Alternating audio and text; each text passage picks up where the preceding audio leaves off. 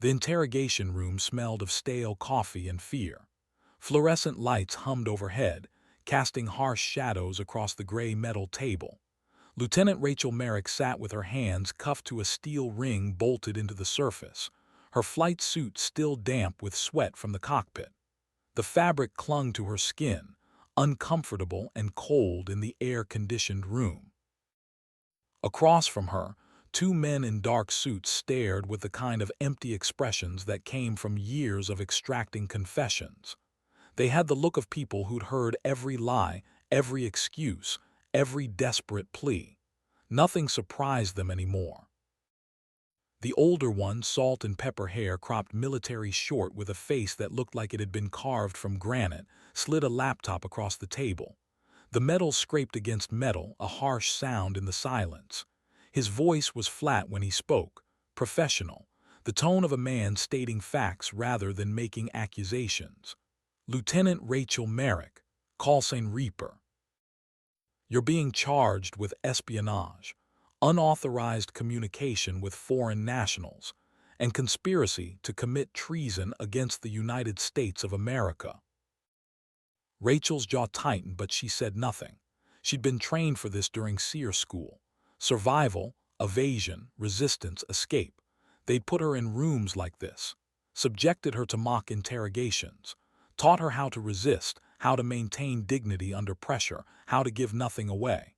But those training scenarios hadn't prepared her for the cold reality of her own people treating her like an enemy, hadn't prepared her for the way betrayal felt when it came from within. "I want my lawyer," she said.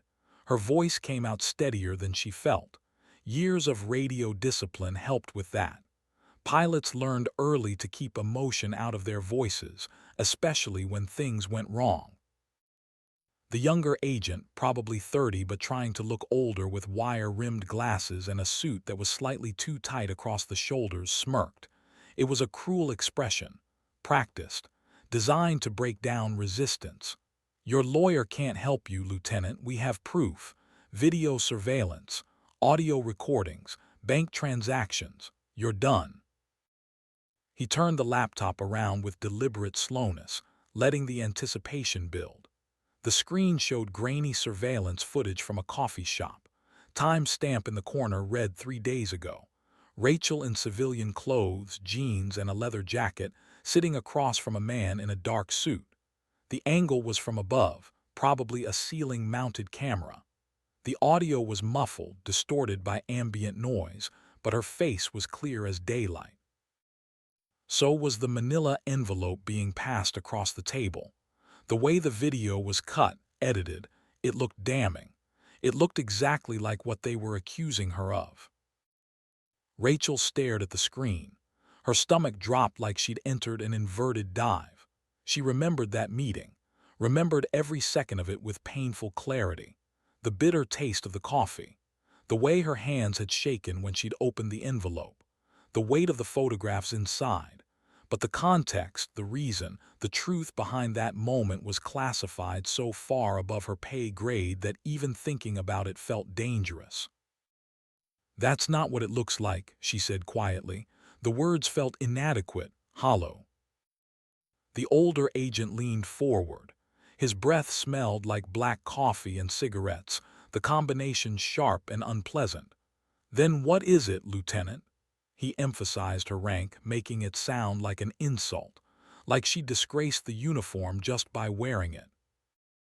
A long silence stretched between them. Outside the room she could hear muffled voices, footsteps, the ordinary sounds of a military base going about its business while her entire life was being dismantled in this windowless box. Somewhere out there, pilots were flying. Maintainers were turning wrenches. The Air Force was functioning like it always did. But in here, everything had stopped. Everything had narrowed down to this table, these men, this moment. "I can't tell you," Rachel finally said. The words tasted like defeat. The younger agent laughed. It was a cruel sound, sharp and mocking. "That's what traitors always say. Can't tell you, national security, classified. It's the same script every time. You think you're the first person to sit in that chair and claim innocence." The older one closed the laptop with a soft click that sounded final. Absolute. You have one chance to cooperate, Lieutenant. One chance to save yourself. Tell us who you're working for. Tell us what you passed to that foreign operative. Tell us everything and maybe we can work something out. Reduced sentence. Protective custody instead of general population. But this offer expires the moment I walk out that door. Rachel looked him in the eyes. They were gray, cold. The eyes of a man who'd made this speech before and watched people break. That man wasn't a foreign operative. Then who was he? She wanted to scream the truth, wanted to explain that Victor Kane had approached her with information about her brother's death, wanted to tell them about the satellite photos, the conspiracy, the murdered pilots. But the words caught in her throat because she didn't know if the truth would save her or condemn her further. Kane had warned her, trust no one. Those words echoed in her mind now, louder than the humming lights, louder than her own heartbeat, louder than the voice telling her to cooperate. I want my lawyer, she repeated. It was the only safe answer, the only answer that wouldn't dig the hole deeper. The older agent stood slowly, straightened his tie with deliberate care. Then you've made your choice, Lieutenant. You're done. Court-martial proceedings will begin within 48 hours. You'll be held in the brig pending trial. And when you're convicted, and you will be convicted, you'll spend the rest of your life in Leavenworth. You'll die in a cell. Alone. Forgotten. That's the future you just chose. He turned toward the door. His partner gathered the laptop, the files, the evidence of Rachel's supposed betrayal. They were leaving. The interrogation was over. She'd given them nothing and they were done trying. The screen went black. White text appeared against the darkness, stark and clinical. 72 hours earlier. The letters faded. The scene shifted. Elmendorf Air Force Base sat at the edge of Anchorage like a fortress guarding the last frontier. Mountains rose in the distance, their peaks dusted with early snow even though it was barely October. The transition from summer to winter happened fast this far north. One day you had 20 hours of sunlight and temperatures in the 60s. The next, darkness crept in earlier and frost covered the ground by morning. The sun hung low in the sky at this hour, that peculiar Arctic angle that made everything look sharper, colder, more exposed. Shadows stretched long across the concrete. F-16 Vipers lined the flight line in perfect rows, their noses pointed toward a sky that promised winter was coming whether you were ready or not. Lieutenant Rachel Merrick walked across the tarmac with the kind of measured confidence that came from 2 years of flying combat missions. At 25, she was young for a fighter pilot. Young enough that some of the older maintainers still looked at her with surprise when she signed off on aircraft forms. But youth didn't matter in the cockpit. Skill did. Judgment did. The ability to make split-second decisions when your jet was pulling 7GS and enemy radar was painting you as a target. She'd proven herself over Iraq, over Syria, in the kind of classified missions that never made the news and never would. Missions where success meant coming home alive and failure meant your name on a wall. Her squadron respected her. That respect had been earned in sweat and skill and the kind of flying that made even veterans take notice. That was enough. That had to be enough. She'd grown up in Wyoming, on a cattle ranch that stretched across 10,000 acres of high plains and sagebrush. Land that her great-grandfather had homesteaded in 1889, back when Wyoming was still being carved out of wilderness. Her father, Frank Merrick, had been Air Force before he was a rancher. A full-bird colonel who'd flown F-4 Phantoms over Vietnam, back when the war was still being fought with iron bombs and raw courage instead of precision, guided munitions and drone strikes. He taught Rachel to fly before she could drive, sitting her in the cockpit of his restored Cessna 182 when she was barely tall enough to see over the instrument panel. Let her feel the controls, understand the dance between machine and sky, learn that flying wasn't about forcing the aircraft to obey, but about working with it. Finding harmony. Her older brother Jacob had followed their father into the Air Force like it was destiny, like the sky was in their blood and there was no fighting it. He'd been Rachel's hero, the one who'd shown her that a girl from Wyoming with dirt under her fingernails and hay in her hair could own the sky just as completely as any man from any background. He'd made it look easy, made it look inevitable. Jacob had died 3 years ago. F-15 Eagle training mission off the coast of California. The official report said pilot error. Control surfaces failed during a high G turn. The jet went into an unrecoverable flat spin at 12,000 feet. Jacob ejected, but the seat malfunctioned. Primary chute didn't deploy. Backup deployed too late. He hit the water at terminal velocity doing over 300 miles an hour. The impact killed him instantly. At least that's what they told the family. At least he didn't suffer. At least it was quick. All the meaningless platitudes people offered when there was nothing else to say. The investigation was thorough, comprehensive, by the book. Took 6 months. Interviewed everyone who'd been involved with the training sortie. Examined every piece of wreckage they could recover from the ocean floor. The conclusion was final. Pilot error. Equipment malfunction. Tragic accident. Case closed. Move on. Rachel had joined the Air Force 6 months later. Not to prove anything. Not to honor his memory with empty gestures or symbolic actions, but because the sky was where she belonged, and losing Jacob couldn't change that fundamental truth about who she was. If anything, his death had sharpened her edge, made her more careful, more precise, more aware that mistakes in aviation were measured in tombstones and folded flags. She flew like someone who understood that every decision mattered, that complacency killed faster than enemy fire, that the moment you thought you had it all figured out was the moment the sky would teach you otherwise. It was the kind of flying that kept you alive. Her father hadn't spoken to her for the first year after she enlisted, hadn't said goodbye when she left for the academy. He'd stood on the porch of the ranch house that morning, arms crossed over his chest, jaw set in that stubborn way he had, watching her drive away in her old pickup truck without saying a single word. No blessing, no good luck, no acknowledgement that she was leaving. He'd lost his son to the sky. Now his daughter was volunteering for the same fate. Rachel understood it wasn't anger. It was fear, pure, raw, parental fear. But fear and love looked the same from a distance. Both made you freeze. Both made you unable to reach out even when you desperately wanted to.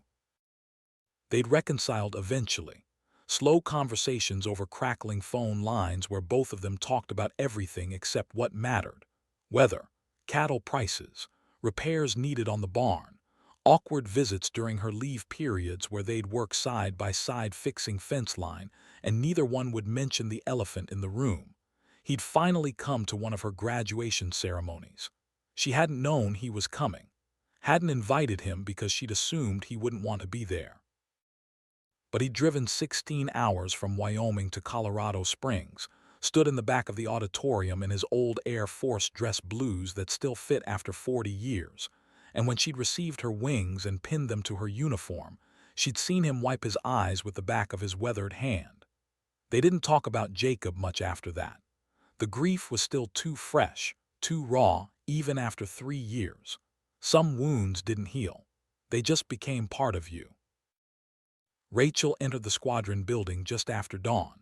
The sun was barely clearing the mountains, painting the sky in shades of orange and purple that would have been beautiful if she'd had time to appreciate them. The briefing room was already half full. Pilots in flight suits, some holding coffee in styrofoam cups, some reviewing mission notes on tablets or kneeboard cards. The smell of jet fuel and aviation-grade coffee mixed in the air. The walls were covered with squadron memorabilia. Plaques commemorating past deployments, photos of aerial victories from previous wars, a faded painting of an F-4 Phantom with nose art that wouldn't be allowed today. There was a picture of her father from his Vietnam days, young and cocky in his anti-G suit, standing next to his jet with his helmet tucked under one arm. The name, Merrick, was stenciled under the canopy in white letters. No one had mentioned it when she'd first arrived at Elmendorf. But she'd caught a few of the older officers, the ones who'd been in the Air Force long enough to remember Vietnam, glancing between the photo and her face, doing the math, figuring out the connection. A few had approached her privately, told her stories about her father, about missions that were still classified, about the kind of pilot he'd been. It had meant more than they knew. Her wingman, Captain David Chen, was already in his seat near the front. 32 years old, former Navy pilot who transferred to Air Force because he'd wanted to fly single-seat fighters instead of Super Hornets off carriers. Chen was solid. The kind of pilot you wanted on your wing when things went sideways, calm under pressure, never rattled, never panicked. The kind of guy who could talk you through an emergency checklist while his own jet was on fire and act like it was just another Tuesday. He nodded as Rachel sat down beside him. His flight suit was faded, worn in all the right places. You could tell a pilot's experience by how their gear looked. New guys had crisp flight suits and shiny boots. Veterans had gear that had seen things. "Sleep okay?" he asked. His voice was casual, but his eyes were assessing. Chen noticed everything. "Like the dead," Rachel said. It was a lie. She'd been up half the night reviewing technical manuals for the F-16's radar system, studying threat profiles for Russian and Chinese fighters, going over emergency procedures until she could recite them backwards, the way she always did before a flight. But Chen didn't need to know that. Didn't need to know that she still felt like she had to prove herself every single day. The briefing started at exactly 700.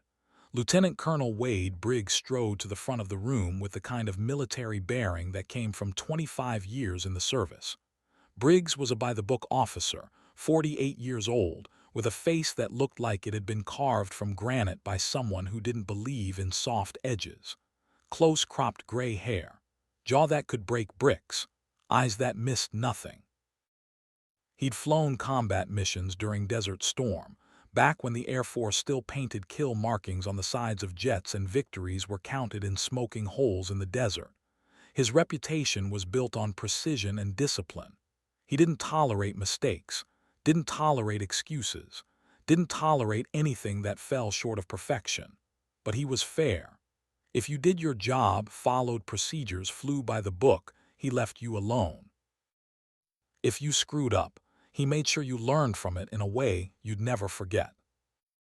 "Gentlemen," Briggs said, his eyes scanning the room with the efficiency of a targeting radar. He paused when he reached Rachel. His expression didn't change, but something flickered in his eyes. Recognition, assessment. "And lady, standard combat air patrol this morning, 2-ship formation. Sector 7, bearing 340, altitude block 20 to 25,000 feet. Weather is clear, visibility unlimited, winds aloft negligible. You should have an easy day." He pulled up a map on the projector screen. The image showed the bearing straight in sharp detail, that narrow gap of water between Alaska and Russia where the Cold War had never really ended. Russian bombers still tested American airspace on a regular basis. Long-range 295 Bears that dated back to the 50s, lumbering along just outside U.S. territory, probing defenses, gathering electronic intelligence. American fighters still scrambled to intercept them, shadowing them, taking photos, making sure they didn't cross the line. It was a game both sides played with deadly seriousness. Professional courtesy mixed with barely concealed hostility. "One more thing," Briggs added. His tone shifted slightly, became more formal. "We have visitors from D.C. this week. Joint exercise with the intelligence community. They'll be observing operations, taking notes, asking questions. Don't let it distract you. Fly your missions. Follow procedures. Come home safe. Any questions?" Silence. No one wanted to be the pilot who asked stupid questions in front of intelligence observers. Rachel's eyes drifted to the back of the room where she'd noticed movement. 3 civilians sat in folding chairs against the far wall, slightly apart from the pilots. 2 men and a woman, all in dark business casual attire that screamed federal government. Slacks and button-downs instead of suits. The kind of clothes that said we're important but not too important. The kind of clothes intelligence analysts wore when they wanted to blend in but couldn't quite pull it off. One of them, a man in his 40s with slicked-back dark hair and an expensive watch that caught the fluorescent light, was staring directly at her. When their eyes met, he didn't look away. Didn't pretend he'd been looking at something else. Just kept that steady, evaluating gaze fixed on her like she was a specimen under glass. Like he was cataloging every detail, every reaction, every micro-expression. Rachel looked back at the briefing screen. A small knot of unease settled in her stomach, cold and heavy. Intelligence community observers weren't unusual. They showed up periodically to watch operations, gather information, write reports that no one would ever read. But something about the way that man had looked at her felt wrong. Predatory, personal, like he was waiting for her to make a mistake so he could pounce. Like he already knew something she didn't. The briefing ended with the usual announcements: weather updates, maintenance issues, reminder about the dining facility's new hours. Pilots filed out toward the flight line, conversations picking up as they left the formal atmosphere of the briefing room. Chen fell into step beside Rachel, matching her pace. "You see those spooks in the back?" he asked quietly, keeping his voice low enough that it wouldn't carry. "Hard to miss them. Wonder what they're really here for." Intelligence observers usually sit in the tower or the command post. These guys looked like they wanted to be in the cockpit with us. "Above our pay grade," Rachel said, but she wondered too. Wondered why they'd been watching her specifically. Wondered if it was paranoia or instinct. In combat, instinct kept you alive. On the ground, it was harder to tell the difference between legitimate threat and unfounded anxiety. The sun climbed higher as they walked, burning off the morning chill. Alaska in October was beautiful in a harsh way that reminded you nature didn't care about human comfort. The air was cold enough to sting your lungs when you breathed deep. The sky was so blue it hurt to look at directly. Mountains framed everything, putting human endeavors in perspective. Rachel loved it, loved the rawness of it. Down in the lower 48, everything was soft, comfortable, climate-controlled, safe. Here, nature reminded you that it could kill you if you weren't careful, made one wrong choice, took one unnecessary risk. It kept you sharp, kept you honest, kept you from getting complacent. Her F-16 waited on the flight line, exactly where the crew chief had positioned it the night before. Tail number 427, her jet. Well, the Air Force's jet. But after you flew an aircraft enough times, put your life in its hands enough times, trusted it to bring you home enough times, it became yours in all the ways that mattered. Crew chiefs swarmed around it, running final checks, reviewing forms, loading the centerline fuel tank with careful precision. Rachel did her walk-around inspection with the thoroughness her father had drilled into her. Never trust anyone else to check your jet. Not because they're incompetent, because it's your life on the line. Tires, hydraulics, weapons pylons, control surfaces, everything looked good. The jet was a Block 52, one of the newer models with upgraded avionics and a more powerful engine. She'd flown this particular aircraft on her last 6 missions. She knew its quirks. Knew it pulled slightly left during high G turns. Knew the radar had a dead zone at low altitude that you had to compensate for manually. Knew the number 3 hydraulic system ran a little hot, but never hot enough to be a problem. It was her jet. As much as any pilot could claim ownership over a piece of government property. She climbed the ladder with practiced ease, settled into the cockpit. The seat fit like a second skin molded exactly to her body. She'd spent hours in the cockpit trainer making sure every switch, every button, every lever was exactly where her hand expected it to be. Muscle memory was everything in a fighter. You couldn't afford to think about where things were. You had to know. Had to be able to reach for the right control in the dark, in high G, when your vision was graying out and conscious thought was impossible. That's when training saved you, when the body remembered what the mind couldn't process. Chen's jet was parked 50 feet away. She could see him going through his own pre-flight, methodical and thorough, moving with the efficiency of someone who'd done this 1,000 times and would do it 1,000 more. Good. She keyed her radio, checking the connection. Viper 2, Viper lead, radio check. Chen's voice came back clear and immediate. Viper lead, Viper 2, Lima Charlie. Loud and clear. Rachel ran through the startup sequence that was second nature after 2 years of flying F-16s. APU online. Main power.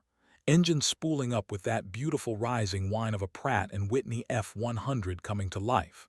30,000 pounds of thrust waiting to be unleashed. The jet shuddered slightly as systems came online, as thrust built, as the machine transitioned from dormant metal to living weapon. She loved this moment.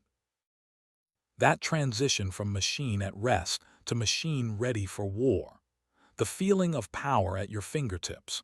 The knowledge that you could push a button and accelerate to supersonic speeds, could maneuver in ways that would tear a normal aircraft apart, could engage and destroy threats before they knew you were there. Tower cleared them for takeoff with the standard phraseology. Rachel taxied to the runway with Chen following precisely, maintaining proper spacing. The mountains watched them like silent witnesses to everything that happened on this base. She advanced the throttle smoothly. The F-16 accelerated down the concrete faster and faster, eating up distance until that perfect moment when the nose wheel lifted and suddenly the earth fell away beneath her and she was flying. Airborne. In her element. Where she belonged. They climbed to 20,000 feet, punching through scattered clouds, leveling off in clear air. The Bering Strait spread out below them, gray water stretching to the horizon like hammered steel.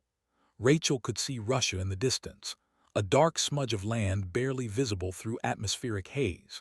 Somewhere over there, Russian pilots were probably watching them on radar the same way American pilots watched Russian aircraft. Two superpowers still circling each other after all these years.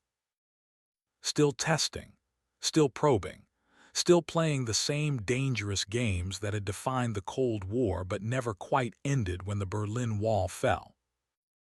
Viper flight, this is Overwatch. You're cleared to patrol station. Maintain current heading. Report any contacts. Overwatch Viper lead, Wilco. Wilco will comply. The language of military aviation, clipped and efficient, no wasted words, no unnecessary chatter. Rachel scanned her instruments with practiced efficiency.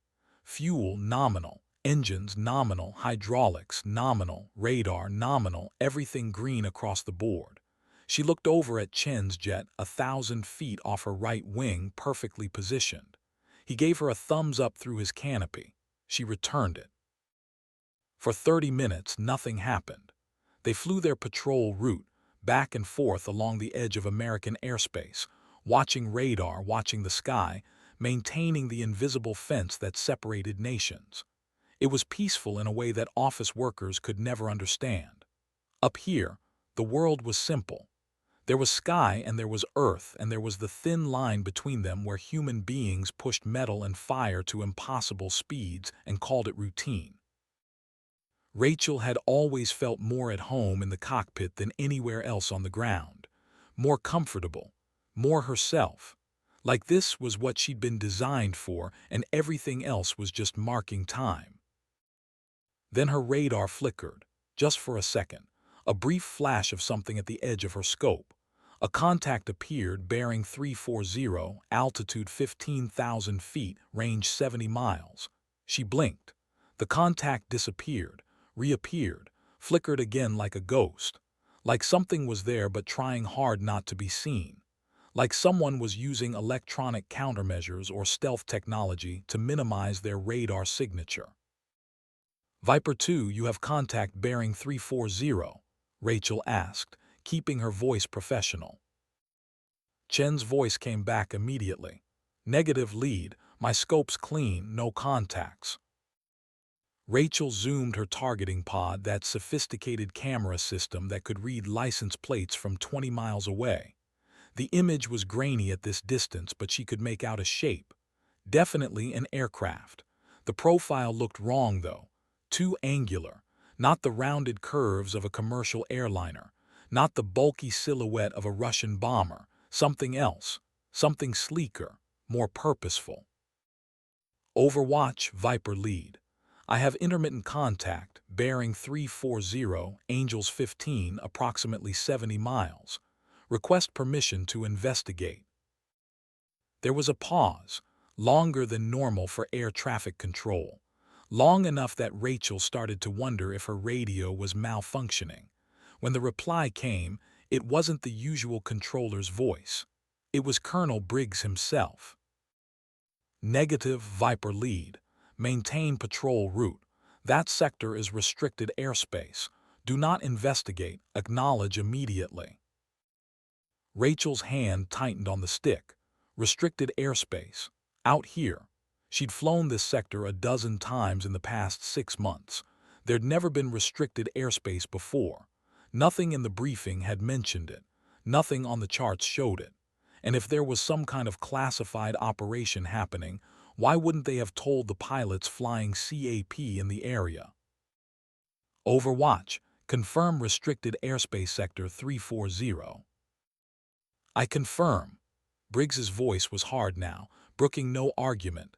Maintain current patrol route, Viper lead. That's an order. Acknowledge. Orders were orders. Rachel knew that with the certainty that had been drilled into her from day one at the academy. You followed the chain of command. Trusted that people higher up the ladder had information you didn't. Understood the bigger picture. But something about this felt wrong. The way Briggs had emphasized the word order. The way the contact kept flickering in and out of her radar like a ghost that didn't want to be seen. The way Chen couldn't see it at all, like it was only visible to her targeting systems.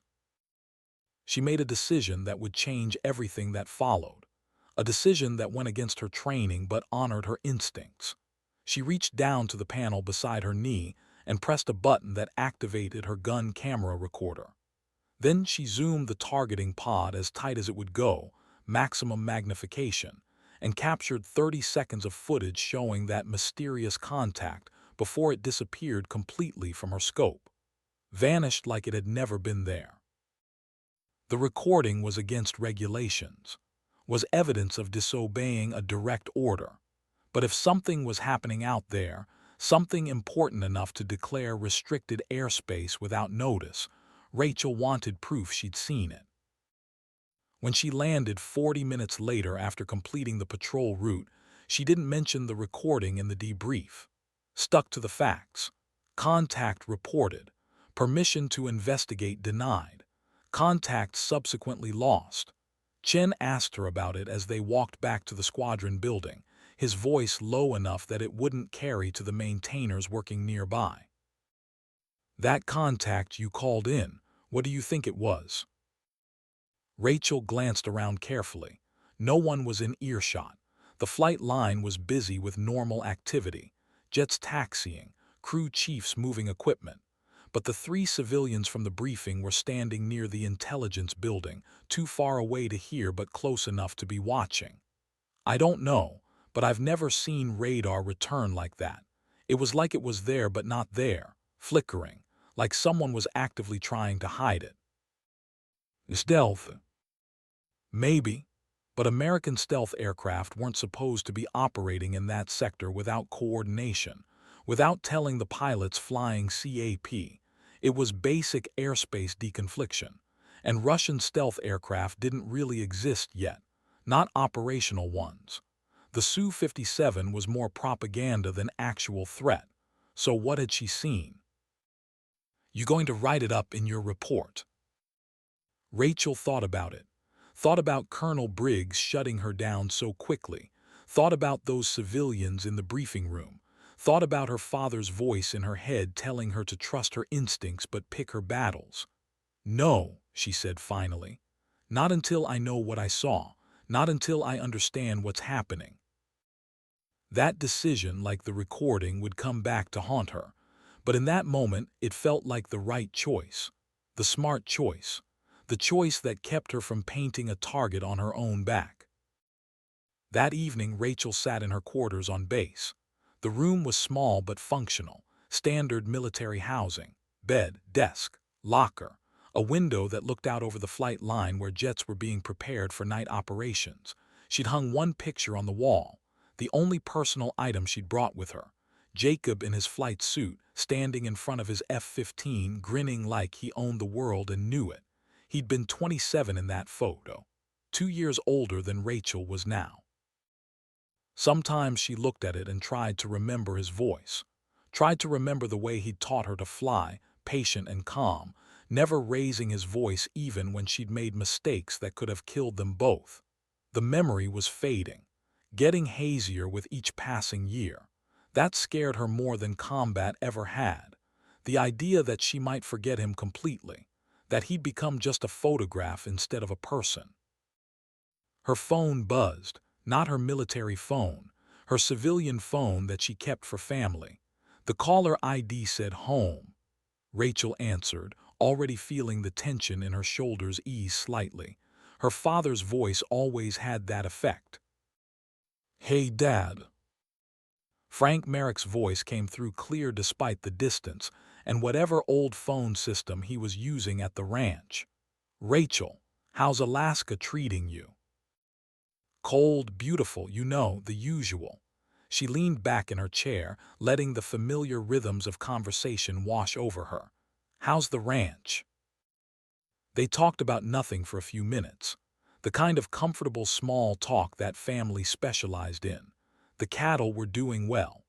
The east pasture fence still needed repairing, but he was putting it off until spring when the ground wasn't frozen.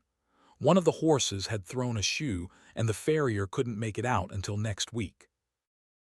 Rachel told him about the grizzly bear that had wandered onto the base last week, causing a brief panic until Fish and Game came to tranquilize it and relocate it to somewhere with fewer humans. Normal conversation between father and daughter. The kind of mundane details that made up a life. Then Frank's tone changed, became serious in a way that made Rachel sit up straighter. The way his voice had sounded when he'd told her about Jacob's death. Careful, controlled, but with something underneath, something urgent. "Rachel, you remember what I taught you about trust." She frowned, suddenly alert. Her father wasn't given to dramatics. If he was talking like this, something was wrong, something serious. "Dad, what's going on?" "In the field, you trust your wingman. On the ground, you trust no one until they prove it. You hearing me?" A chill ran down Rachel's spine despite the warm air in her room. "What's going on?" she asked again, more forcefully this time. "I can't talk on this line. Just watch your six, Rachel. I heard some things.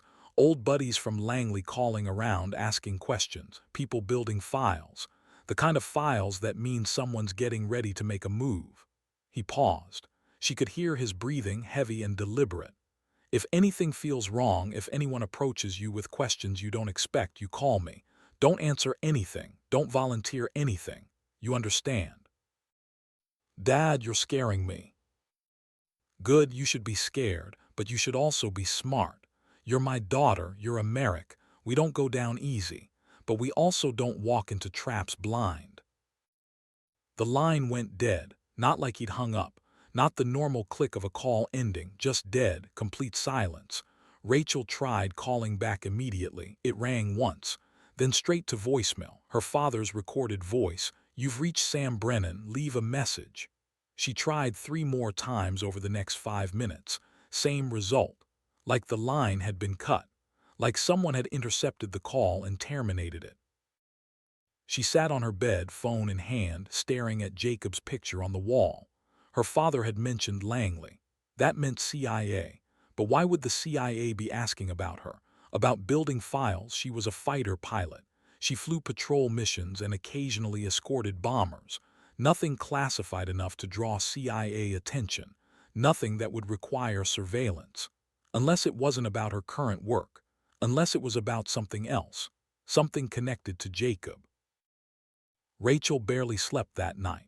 She lay in the darkness, listening to the distant sound of jets on the flight line, running scenarios in her head. Her father's warning, the restricted airspace, the civilians in the briefing room, that man with the expensive watch staring at her like he knew something she didn't. The pieces didn't fit together yet, but she could feel their edges touching, forming a pattern she didn't want to see, forming a picture that made her stomach clench with anxiety. At 2 in the morning, she gave up on sleep, pulled on sweatpants and an Air Force hoodie and went for a walk around the base. Night operations were underway. She could see jets taking off in the distance, their afterburners painting orange streaks across the darkness. The stars were bright enough to cast shadows, the way they only were this far north when the sky was clear. She walked past the hangars, past the maintenance buildings, letting the cold air clear her head and give her something physical to focus on besides the spiral of worry in her mind. That's when she saw it, a white cargo van parked near the intelligence building, not unusual by itself. Intelligence used vans all the time, but this was 2 in the morning.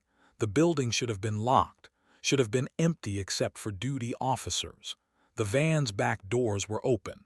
One of the civilians from the briefing, the man with the expensive watch, was loading equipment into it. Computer cases, what looked like surveillance gear. Hard cases that could have contained anything from cameras to listening devices. Their eyes met across 50 feet of empty tarmac.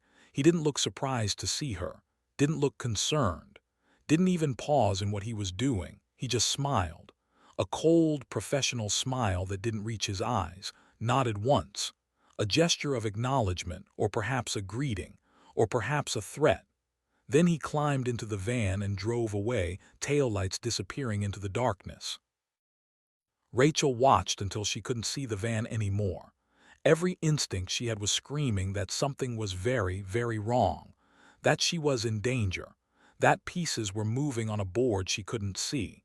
But she had no proof, no evidence, just a feeling, just the warning from her father and a van in the night and a man who smiled like he knew secrets. She went back to her room, didn't sleep, watched the sun come up over the mountains, and when morning briefing time came around, she suited up and flew another mission and acted like everything was normal. Because what else could she do? The next morning's briefing was routine on the surface. Same patrol sector, same restrictions. Colonel Briggs made no mention of yesterday's mystery contact. The civilians were absent from the back row, which should have been reassuring but somehow made Rachel more nervous. Where were they? What were they doing? Chen suited up beside her without comment. They did their pre-flight checks. They launched into another crystal-clear Arctic sky. For the first 20 minutes, the patrol was identical to yesterday. Back and forth along the edge of international airspace. Nothing on radar. Nothing unusual.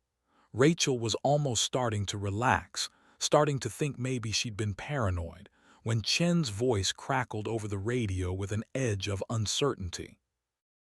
"Lead, you seeing this?" Rachel checked her scope. Clean, empty, no contacts. Negative, what have you got? "I'm not sure. Intermittent return bearing 335 Angels 18. Wait, it's gone. No, there it is again." This time Rachel saw it too, faint, flickering, in almost exactly the same position as yesterday's contact. Same bearing, same altitude block, but something was different now. Her radar warning receiver was pinging, not a full lock, just a search pattern. Someone was sweeping them with radar. Someone was looking for them. "Viper lead to Overwatch. We have intermittent contact bearing 335, altitude 18,000. Also receiving radar sweeps from same bearing. Request permission to investigate." The response was immediate, too fast, like someone had been waiting for this. Negative, Viper lead. Maintain patrol route. Disregard contact. Overwatch, we're being painted by search radar. This could be an intrusion. Colonel Briggs's voice cut through, sharp and brooking no argument. Final. Viper lead, I said, disregard. That sector remains restricted. Maintain your current patrol route. Do not deviate. Acknowledge immediately. Rachel's jaw clenched. This wasn't right. Protocol said any unidentified contact approaching American airspace should be investigated, especially one actively scanning them with radar, especially one that kept appearing and disappearing like it was using stealth technology. But Briggs was her commanding officer. Disobeying a direct order in flight was grounds for immediate court-martial, was career-ending, was the kind of thing you didn't come back from. Viper lead acknowledges, she said through gritted teeth, but her mind was racing.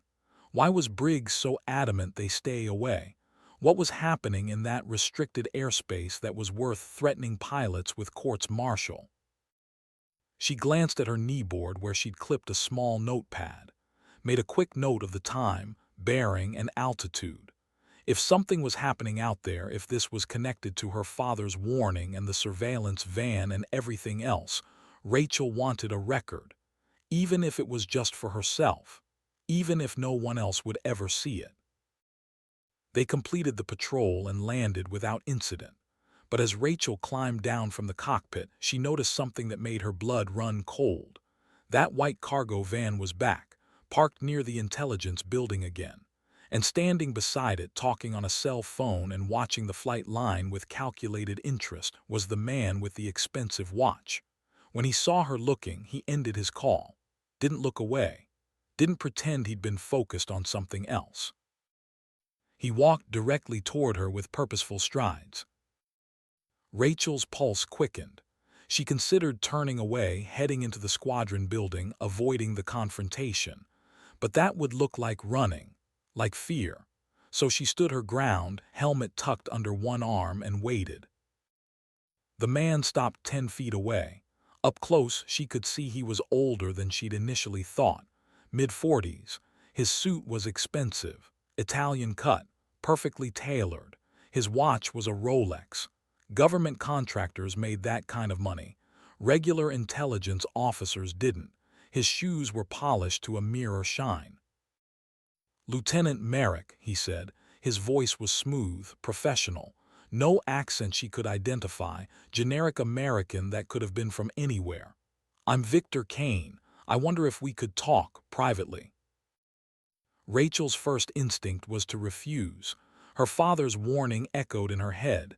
Trust no one. "About what?" she asked, keeping her voice neutral. "About your brother." Kane's expression softened slightly, just enough to seem human. "About Jacob." The name hit her like a physical blow. Rachel's expression must have shown it because Kane raised his hands in a placating gesture. Not threatening, just open, honest, or at least appearing to be.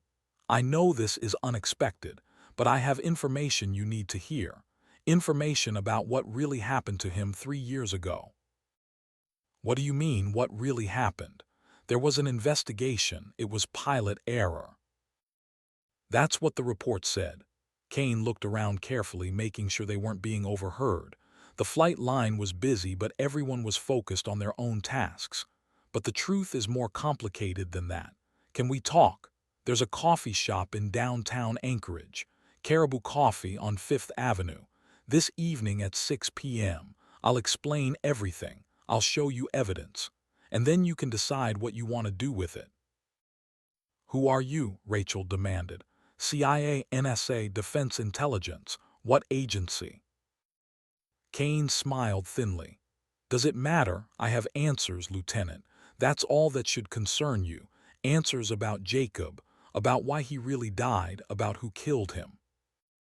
"Killed him, not died. Killed." The word hung in the air between them like a grenade with the pin pulled. Kane turned and walked back to his van, climbed in, drove away without looking back. Rachel stood on the tarmac, mind spinning. Every instinct told her this was a trap, had to be a trap, but Kane had mentioned Jacob, had said there was more to the story than pilot error. That was something she couldn't ignore, no matter how suspicious the circumstances, no matter how much danger it might put her in. She spent the afternoon researching on her personal laptop, not a base computer that would leave a trail. Searched for coffee shops in Anchorage. Found Caribou Coffee easily enough. It was a chain, busy, public.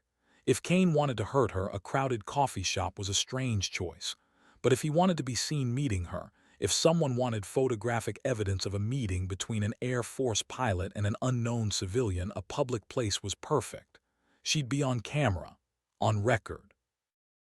Compromised.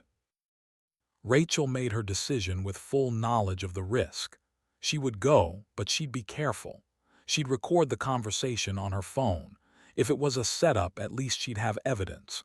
If Kane was telling the truth, she needed to know, needed to hear what he had to say about Jacob. At 5:30, she changed into civilian clothes, jeans, leather jacket, tried to look like any other off-duty service member heading into town for the evening. Nothing special, nothing suspicious. She signed out at the gate with the guard barely glancing at her ID before waving her through. Drove her old Ford pickup into Anchorage, watching her mirrors the whole way, looking for surveillance, looking for tails. Saw nothing obvious, but that didn't mean she wasn't being followed. Just meant whoever was following her was good at it. Caribou Coffee was moderately busy when she arrived. Couples on dates. Students with laptops spread across tables, headphones in, oblivious to the world. A few people in business casual grabbing evening coffee before heading home. Normal, ordinary, safe-looking. Victor Kane sat at a corner table, 2 coffee cups in front of him. He gestured to the empty seat across from him with the confidence of someone who'd known she'd come. Rachel sat but kept her jacket on, kept her keys in her hand, ready to leave at any second, ready to run if this went wrong. "Thank you for coming," Kane said. He pushed one of the coffees toward her. "Black, right? That's what your file says." "You have a file on me." "Everyone has a file, Lieutenant. The question is how thick it is and who's reading it." Kane leaned back in his chair, completely relaxed, like they were old friends catching up instead of strangers meeting under suspicious circumstances. "Let me be direct. Your brother, Jacob, you were told his death was pilot error, a training accident, control surface failure during a high-G turn. The investigation concluded it was mechanical failure combined with pilot reaction time." "That's what they determined, yes." "The investigation lied." Kane's eyes were steady, serious. There was no humor in them now, no professional polish, just cold fact. Jacob wasn't on a training mission that day. He was on operational deployment, classified, top secret, black budget. He was tracking something or someone, and he got too close, so they killed him and made it look like an accident. Rachel felt like the floor had dropped out from under her, like she was in an uncontrolled dive with no altitude to recover. Who killed him? "That's what we're trying to find out." Kane pulled a folder from a briefcase beside his chair, slid it across the table with deliberate care. "These are satellite photos from the day Jacob died, time-stamped, verified, authenticated. Look at them." Rachel opened the folder with hands that weren't quite steady. The photos were grainy but clear enough to be damning. Aerial view of the Pacific Ocean. A single aircraft, an F-15, banking hard in what looked like an evasive maneuver. And in the background, barely visible against the water, 4 other contacts. Smaller, faster. No markings visible at this resolution. The timestamp showed they were taken 17 seconds before Jacob's transponder went dark. 17 seconds before he was listed as killed in action. "Those aren't training aircraft," Kane said quietly, letting the photos speak for themselves. "Those are someone trying very hard not to be identified. Jacob saw them, tried to intercept, and they eliminated him, made it look like equipment failure, made it look like pilot error. Clean, professional, no witnesses. And everyone moved on because that's what people do. They accept the official story and stop asking questions." Rachel's hands were shaking. She set the folder down before she dropped it. "Why are you telling me this?" "Because you're next." Kane's voice was flat, matter-of-fact, like he was discussing the weather instead of her imminent death. "They know you're Jacob's sister. They know you're a good pilot. They think you might have inherited whatever evidence he discovered before they killed him. Some recording, some file, some proof of what they're doing. And they're watching you, Lieutenant, right now. They're watching you."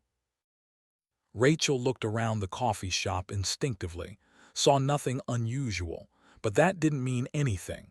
Surveillance didn't have to be obvious. Could be the college student with the laptop. Could be the couple by the window. Could be cameras she couldn't see. "What are they doing?" she asked, forcing herself to focus. "Selling technology, American technology, to foreign buyers. A black program that's gone rogue, off the books. F-35 stealth specifications, radar profiles, electronic warfare countermeasures, everything that gives us air superiority. Your brother stumbled onto it, started documenting it, gathering evidence. And when they realized what he knew, they eliminated him." Kane reached into his pocket, pulled out a phone. Not a smartphone, an old-style burner with physical buttons and a small screen. The kind you could buy at any convenience store with cash and no ID. If anything happens, anything unusual, anyone approaches you with questions you can't answer, anyone tries to silence you, call this number. There's only one contact programmed in. Don't trust anyone on base, not your commanding officer, not your wingman, not your friends. No one. He slid the phone across the table like it was the most important thing in the world, like her life depended on it. Rachel stared at it like it was a live grenade with the pin already pulled. "How do I know you're telling the truth?" she asked. It was the only question that mattered, the only thing standing between belief and paranoia. Kane smiled sadly, like he'd expected the question and didn't have a good answer. "You don't. But ask yourself this, Lieutenant. Why did your father warn you yesterday about people asking questions? And why did Colonel Briggs shut you down so fast when you reported that radar contact this morning? Why is there suddenly restricted airspace where there wasn't any before? Why am I risking my career to meet you in a coffee shop and hand you evidence that could get me killed?" Rachel's blood ran cold. She hadn't told anyone about her father's call, had barely processed it herself, and the only people who knew about the radar contact report were Chen and the tower controllers and Briggs. Unless someone had been listening, unless her phone was tapped, unless her radio communications were being monitored, unless Kane was exactly who he said he was, or unless this was the most elaborate trap ever set and she was walking into it with her eyes wide open. Kane stood up abruptly. "Be careful, Lieutenant. They're very good at making accidents look real. Your brother learned that the hard way. Don't make the same mistake." He walked out of the coffee shop without looking back, left his coffee untouched on the table. Rachel sat alone with the burner phone in front of her, with Jacob's surveillance photos in the folder, with 100 questions and no good answers. She'd come here looking for truth. Instead, she had more mysteries, more doubts, more reasons to be afraid. What she didn't notice was the camera mounted in the upper corner of the coffee shop, hidden behind a smoke detector housing. Didn't notice the small recording device stuck under the table, no bigger than a quarter. Didn't see the black sedan parked across the street, engine running, two men inside watching the entire exchange through high-powered camera lenses, documenting everything, recording everything, building a case. By the time Rachel drove back to base, her fate was already sealed. The trap was already sprung. She just didn't know it yet. The next morning, she showed up for duty like nothing had happened, like her world hadn't shifted on its axis. Everything seemed normal, pilots gathering in the briefing room, coffee brewing, the usual pre-flight banter about weekend plans and sports scores. Chen was already in his seat, reviewing his kneeboard cards with his usual focus. He looked up when Rachel entered, gave her a questioning look. She shook her head slightly. "Not now, not here, later." Colonel Briggs started the briefing at exactly 700, Standard patrol, same sector, same restrictions. Rachel was only half listening.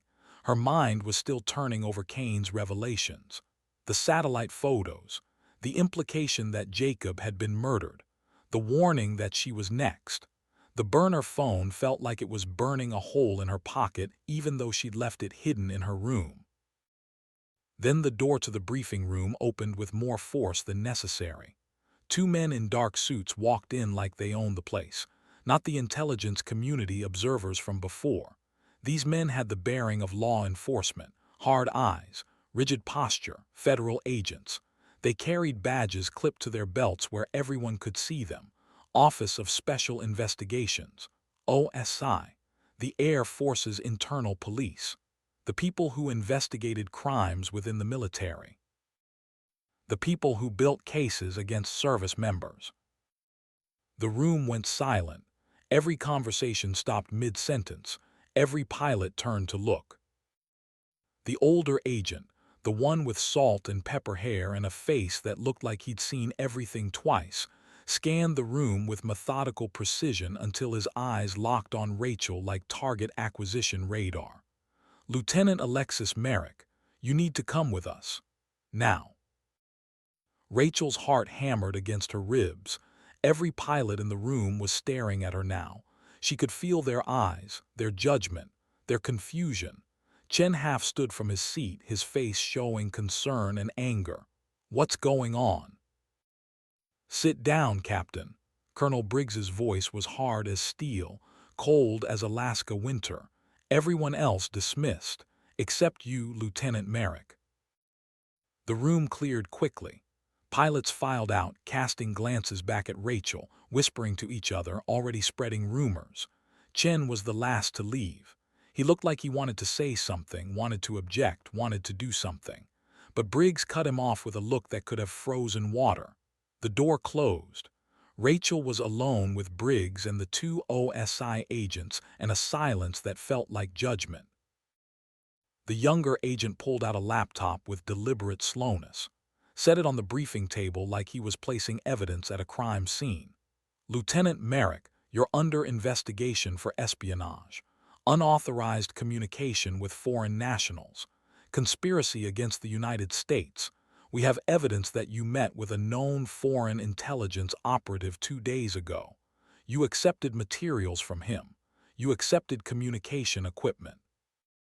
You're being detained, pending formal charges and court-martial."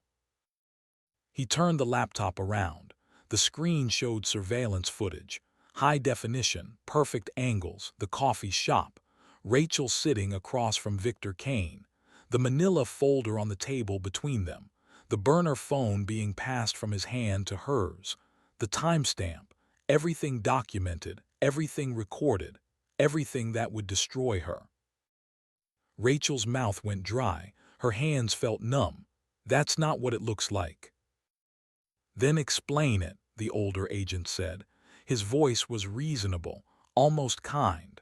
The voice of someone who wanted to help if only she'd cooperate. "Make us understand, Lieutenant." She wanted to tell them about Kane's warning, about Jacob, about the satellite photos proving her brother was murdered, about the conspiracy to sell American technology. But the words died in her throat because she realized with horrible, crystal clarity that if Kane was right, if there really was a conspiracy, then these agents might be part of it. Telling them the truth might be signing her own death warrant, might be the last mistake she ever made. "That man said he was CIA," Rachel said carefully, choosing each word like defusing a bomb. "He had information about my brother's death 3 years ago. Major Jacob Merrick. I want to hear what he had to say because my brother died in circumstances that were never fully explained." "There's no Victor Kane in CIA records," the younger agent said flatly. "We checked, thoroughly. Either you were played, Lieutenant, or you're lying to protect your sources. Either way, you committed espionage. You met with a foreign operative. You accepted classified materials. You accepted communication equipment designed for covert contact. That's treason.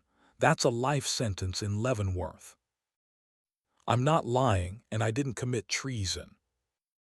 Then you're incredibly naive, dangerously naive. And the United States Air Force doesn't tolerate that level of poor judgment in its pilots. The room spun. Rachel gripped the edge of the table to steady herself. Either Kane had lied about everything and she'd been played like a fool, or someone had erased his records to make her look guilty. Either way, she was trapped, caught in something she didn't understand with no way out. I want my lawyer, she said. It was the only card she had left to play. Your lawyer can't help you, the older agent said, standing up slowly.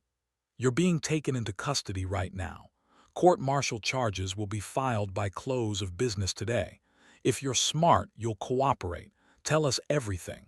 Maybe we can work something out. Maybe we can save you from spending the rest of your life in prison. But that window closes fast. They pulled out handcuffs. The metal was cold against Rachel's wrists. They read her rights in voices that sounded like they'd done this 100 times before. Miranda warnings, right to remain silent, right to attorney, everything by the book, everything legal, everything designed to put her away forever. The agents were leading her toward the door, her career ending with every step, when the base alarm system erupted. A sharp, piercing wail that cut through everything. The PA system crackled to life with urgency. Scramble, scramble, scramble.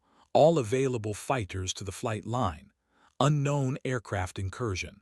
Bearing 340. Multiple contacts. Scramble immediately. The same sector, the mystery contact, it was back. And this time it wasn't alone. The agents stopped, looked at each other, looked at Briggs. The colonel was already moving toward the door, his face showing the kind of intensity that came from decades of military service and combat experience. All pilots to the flight line. Now, this is not a drill. The older agent looked at Rachel, then at Briggs, confusion and calculation warring on his face. She's under arrest, sir.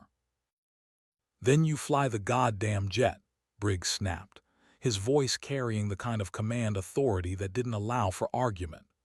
We're 6 pilots short, and we have unidentified aircraft approaching American airspace at high speed. Either she launches or we're compromised. Your choice, agent, but make it fast because those bogies will be in U.S. airspace in less than 10 minutes. Rachel stood there, hands still cuffed in front of her, while the two men stared at each other in a test of wills. The alarm continued to wail. Outside, she could hear the thunder of jet engines starting, pilots running to their aircraft, the organized chaos of a combat scramble. Finally, the older agent cursed under his breath and unlocked the cuffs. You launch, you land, and then you're in chains. Understood? You try anything, you deviate from orders, you so much as think about running, and I will personally put a bullet in you. Clear. Rachel rubbed her wrists where the metal had dug in, looked at Briggs. His face was unreadable. What's out there, sir? Briggs's expression was grim, hard, maybe even a little afraid, though it was hard to tell with his level of control. Whatever you saw 2 days ago, Lieutenant, it's back. And according to radar, it brought friends. 8 contacts, fast movers coming straight at us. Now move. Rachel ran for the flight line. Behind her, she could hear the agents arguing with Briggs, but their voices faded as she focused on the only thing that mattered now. Getting airborne, finding out what was really happening in that restricted airspace. And maybe, just maybe, staying alive long enough to prove she wasn't a traitor. Her F-16 waited on the ramp, canopy open, engines already spooling up. The crew chief looked at her with wide eyes as she climbed the ladder at a dead run. Lieutenant, they're saying 8 contacts, unknown aircraft, coming fast. Rachel strapped in faster than she ever had in her life. Helmet on, harness tight, radio check. Chen's voice came through her headset, tense but controlled. Reaper, you okay? Define okay, Rachel said. Her hands moved through the startup sequence on pure muscle memory. Years of training taking over when conscious thought was too slow. APU, engines, systems check, everything green, everything ready. Viper 2 ready for taxi. Viper lead ready. Chen was taking lead. Protocol. Senior pilot always led. Rachel didn't care about protocol right now. Didn't care about rank or chain of command or any of it. She just needed to get airborne, needed to see what was coming, needed to understand what was happening before it was too late. Tower cleared them immediately. No delays, no standard procedures, emergency launch protocols. Rachel taxied onto the runway behind Chen's jet, didn't wait for the formal clearance. Just pushed the throttle forward and felt the F-16 leap into the sky like it had been caged too long and was finally free, like it knew what was coming and was eager to meet it. They climbed fast, full military power, 6 jets total, 2 more F-16s from the alert hangar scrambling to join them, 2 F-15s that had been pre-flighting for a different mission now being diverted, all of them racing toward bearing 340, toward the mystery that had been haunting Rachel for 2 days, toward whatever was out there in that restricted airspace that someone wanted desperately to keep secret. Rachel's radar lit up like a Christmas tree. Not one contact, not two, 8 distinct returns, high altitude, fast, heading directly toward them on an intercept course that left no doubt about intentions. Her heart hammered, her training took over. Check weapons, check countermeasures, check fuel, check everything. Make sure the jet was ready for what was coming. Chen's voice was steady in her headset, the calm professional she'd always known. All aircraft, this is Viper lead. Maintain formation. Wait for overwatch clearance to engage. Do not fire unless fired upon. But Rachel's radar warning receiver was already screaming. Not search radar anymore. Lock radar. Someone out there had just painted them all. All 6 American fighters simultaneously. Professional, coordinated, hostile intent. And then, cutting through all the radio chatter and alarm tones and controlled chaos, a new voice. Deep, authoritative.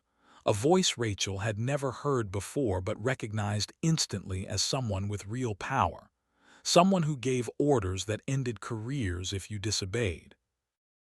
Viper Flight, this is Sentinel Actual. You are ordered to return to base immediately. Do not engage those aircraft. Acknowledge.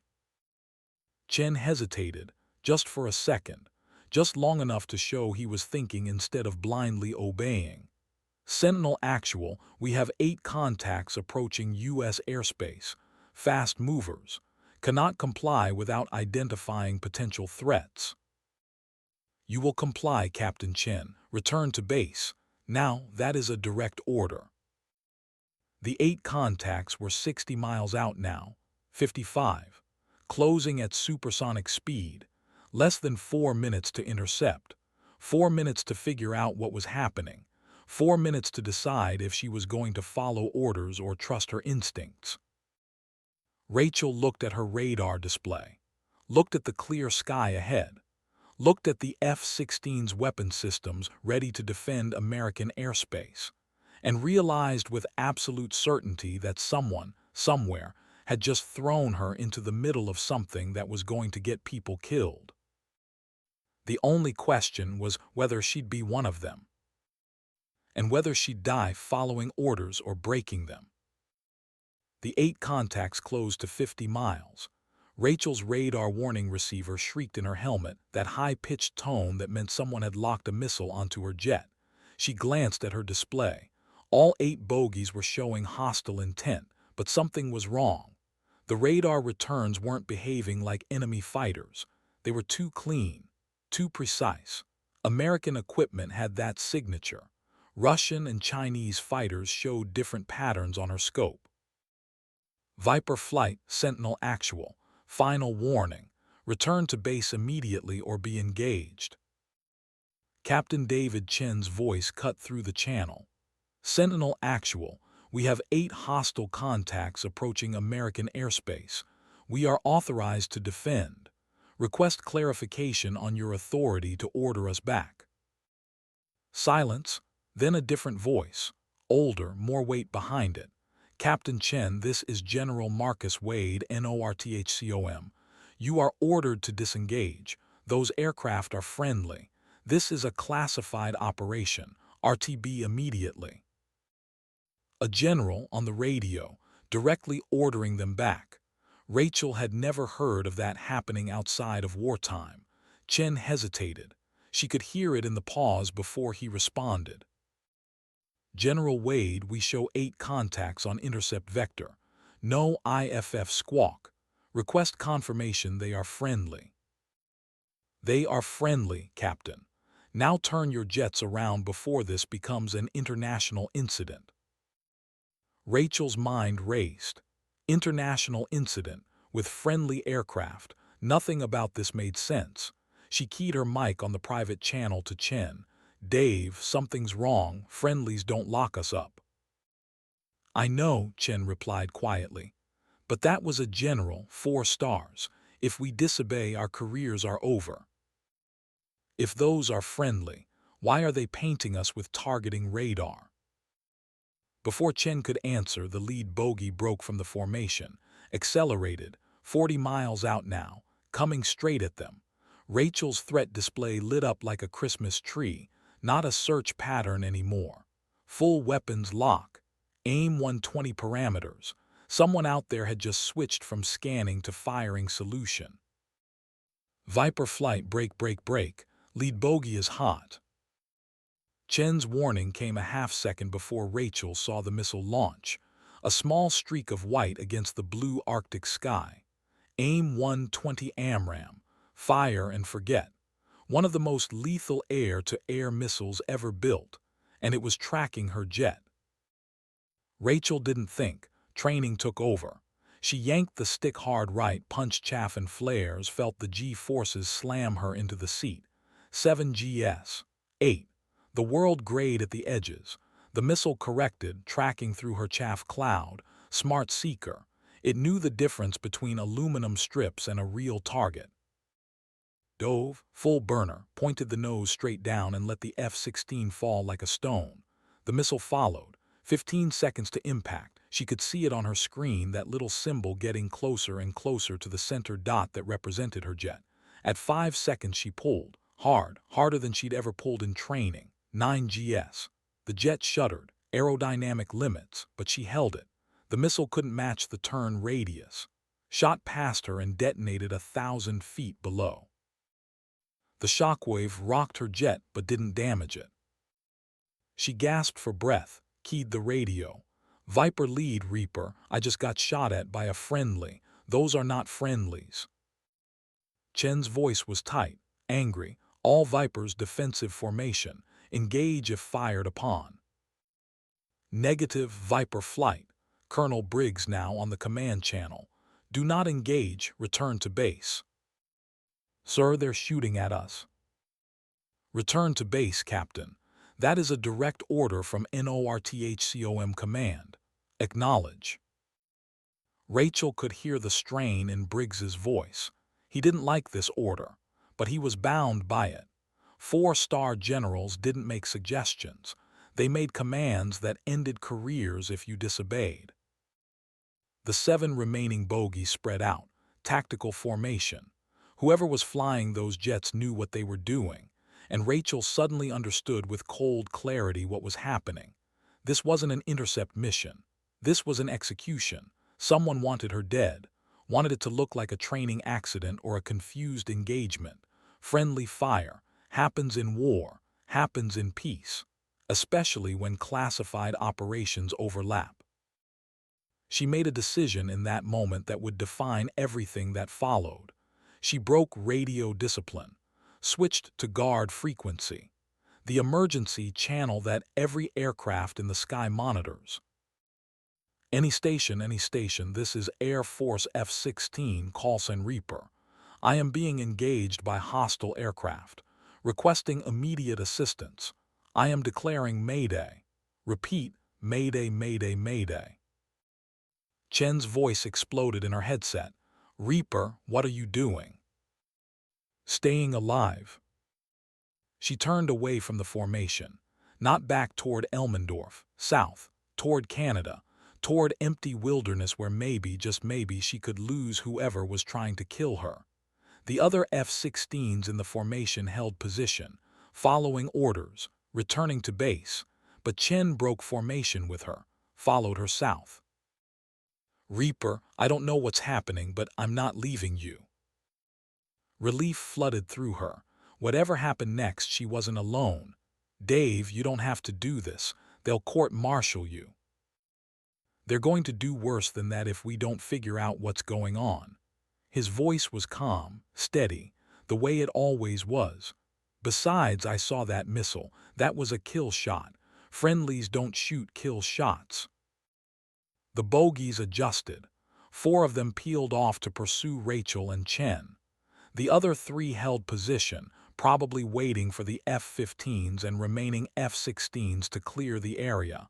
Professional, disciplined, military precision. Rachel checked her scope.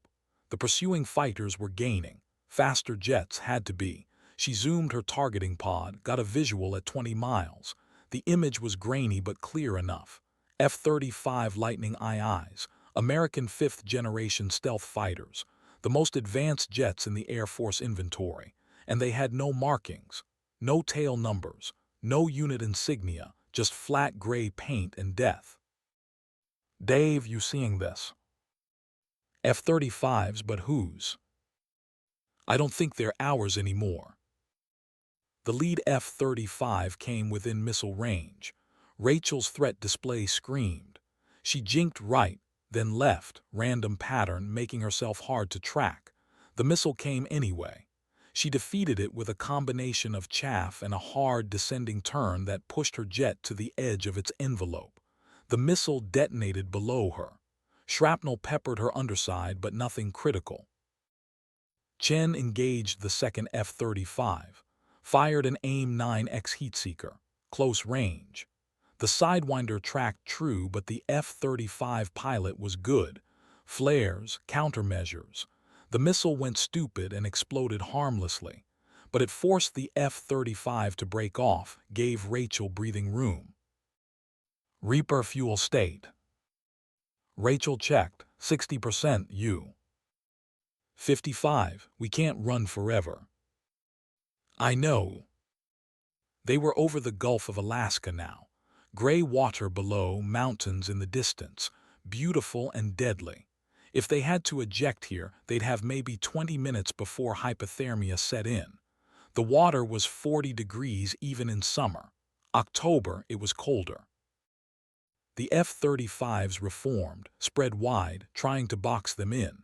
Rachel counted 4 pursuers. Where were the other 3? She toggled her radar to scan behind. Found them, high altitude, 40,000 feet. Above and behind, cutting off retreat. 7 total now. 1 had probably returned to base. Mission kill. The rest were here to finish the job. They're hurting us, Chen said. South, away from witnesses, away from radar coverage. Then we go somewhere they don't expect. Rachel understood immediately. West, over the mountains. Terrain masking, low altitude, use the ground clutter. They turned west in unison, descended rapidly. The Chugach Mountains rose ahead of them, jagged peaks still snow-capped this early in the season. Rachel dove into the first valley at 500 feet. The F-16 shuddered as she leveled off. 100 feet, 50, close enough to see individual trees. Chen was right behind her, flying her wing like they were still a team instead of fugitives. The F-35s followed but had to slow down. Stealth fighters weren't designed for high-speed terrain following. Too much risk, too much potential for disaster. Rachel used that, turned hard into a side canyon barely wider than her wingspan. The rock walls flashed by so close she could see the texture of stone. Chen followed. The F-35s broke off. Too narrow, too dangerous. They emerged on the far side of the mountain range. More valleys, more terrain. Rachel stayed low, 50 feet, dodging between ridgelines, using every trick she'd learned. The F-35s tried to track them from above but kept losing visual. Radar was useless this low, too much ground return. For the first time since this nightmare started, Rachel felt a flicker of hope. Then Chen's voice, tight with pain. "Reaper, I'm hit." Rachel's blood froze. "Say again." "Took shrapnel from that last missile. Hydraulic pressure dropping. Flight controls are getting mushy." She looked over. Could see his jet, could see fluid trailing from the underside. Hydraulic fluid. The F-16 had redundant systems, but if he was losing pressure, he had minutes at best before the jet became unflyable. "Can you make it back to Elmendorf?" "And get arrested? I don't think so." Chen's voice was steady despite the circumstances. "I'm going to have to punch out. You need to keep going." "Dave, no." "Rachel, listen to me." First time he'd used her first name in the air. "Whatever you found, whatever Kane told you, it's real. They're trying to kill you. That means you're close to something they can't afford to have exposed. You have to get that evidence. You have to expose them." "I don't even know where the evidence is." "Your brother knew. He hid it somewhere. Somewhere they haven't found it in 3 years. That's where you go. That's what you do." His jet was trailing smoke now, dark, thick. "I'm ejecting in 30 seconds. Go now." "Dave." "That's an order, Lieutenant. Now get the hell out of here and make this worth it." She watched his canopy blow off, watched the ejection seat fire, watched Chen separate from his dying jet and the parachute deploy. He'd land in the wilderness, alone, but alive. The F-35s would have to send SAR, would have to rescue him. That would buy her time. Rachel turned south, alone now, low on fuel, no base to return to, no one to trust. She ran through options in her head. Canada was close. She could request asylum, but that would end any chance of clearing her name, would end any chance of exposing whatever conspiracy had killed Jacob and was now trying to kill her. Jacob, her brother, the brother who'd taught her to fly, who'd promised to always watch out for her. He'd hidden evidence somewhere before he died, somewhere safe, somewhere no one had found in 3 years of searching. And then she knew with absolute certainty where Jacob would have hidden it. The ranch. Their family ranch in Wyoming, under the old oak tree where they used to play as kids, where they'd buried a time capsule when they were 10 and 12, where Jacob had once told her, joking but serious, that if anything ever happened to him, she should look there. Wyoming, 2,000 miles away. Her F-16 didn't have that kind of range, not even close, unless... Rachel switched to civilian emergency frequency. Took a risk, a huge risk. "Any station monitoring guard, this is Air Force F-16, Carlson Reaper. I am declaring emergency. Require immediate aerial refueling. Any tanker assets in the area, please respond." Static, nothing. She was over Canadian airspace now. No American tankers would be out here. She'd just blown her only chance. Then a voice, gruff, tired, civilian. Aircraft declaring emergency. This is North Star Heavy, contracted KC-135 tanker en route to Anchorage from Edmonton. Did you say you need fuel?" Rachel's heart leaped. "North Star Heavy, affirmative. I need fuel badly. Can you support fighter refuel?" Long pause. "Ma'am, I'm civilian contract. We don't have boom certification for tactical, and I'm pretty sure this violates about 15 regulations. I'm declaring life or death emergency. Under FAA regulations, you're required to assist." Another pause. She could imagine the pilot talking to his crew, working through the implications. Finally, "Roger that, Reaper. We'll try.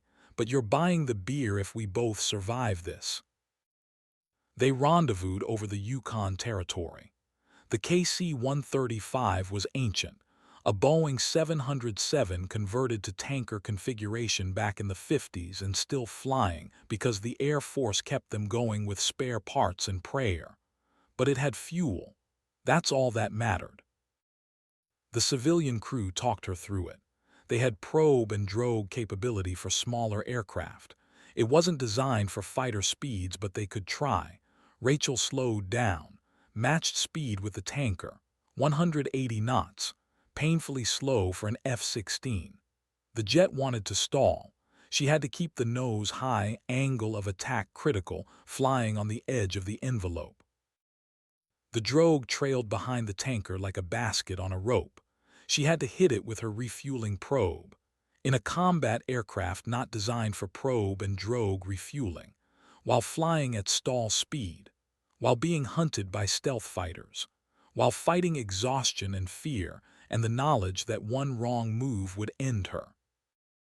She missed the first attempt, too high. The probe scraped over the drogue. The tanker pilot's voice stayed calm. "Easy, Reaper, you got this. Come up from below, nice and gentle." Second attempt, she approached slower, steadier. The probe slipped into the drogue, locked. Fuel started flowing. Rachel let out a breath she hadn't realized she was holding. The transfer took 8 minutes, longest 8 minutes of her life. She kept checking her radar, expecting F-35s to appear any second. They didn't. Maybe they'd lost her in the mountains. Maybe they'd stopped to coordinate Chen's rescue. Either way, she had a window. Fuel gauge climbed. 60%, 70, 80, full tanks. The tanker pilot came back on. "That's all we can give you, Reaper. Where you headed?" "South, way south." "You in trouble?" Rachel thought about how to answer, settled on the truth. "Yes." "The kind where your own people are shooting at you." "How did you know?" "Ma'am, I flew tankers in Desert Storm. Seen a lot of strange things, but I never seen an American fighter declare emergency and ask for fuel from a civilian contract in Canadian airspace. So either you're running from something or towards something. Either way, I hope you make it."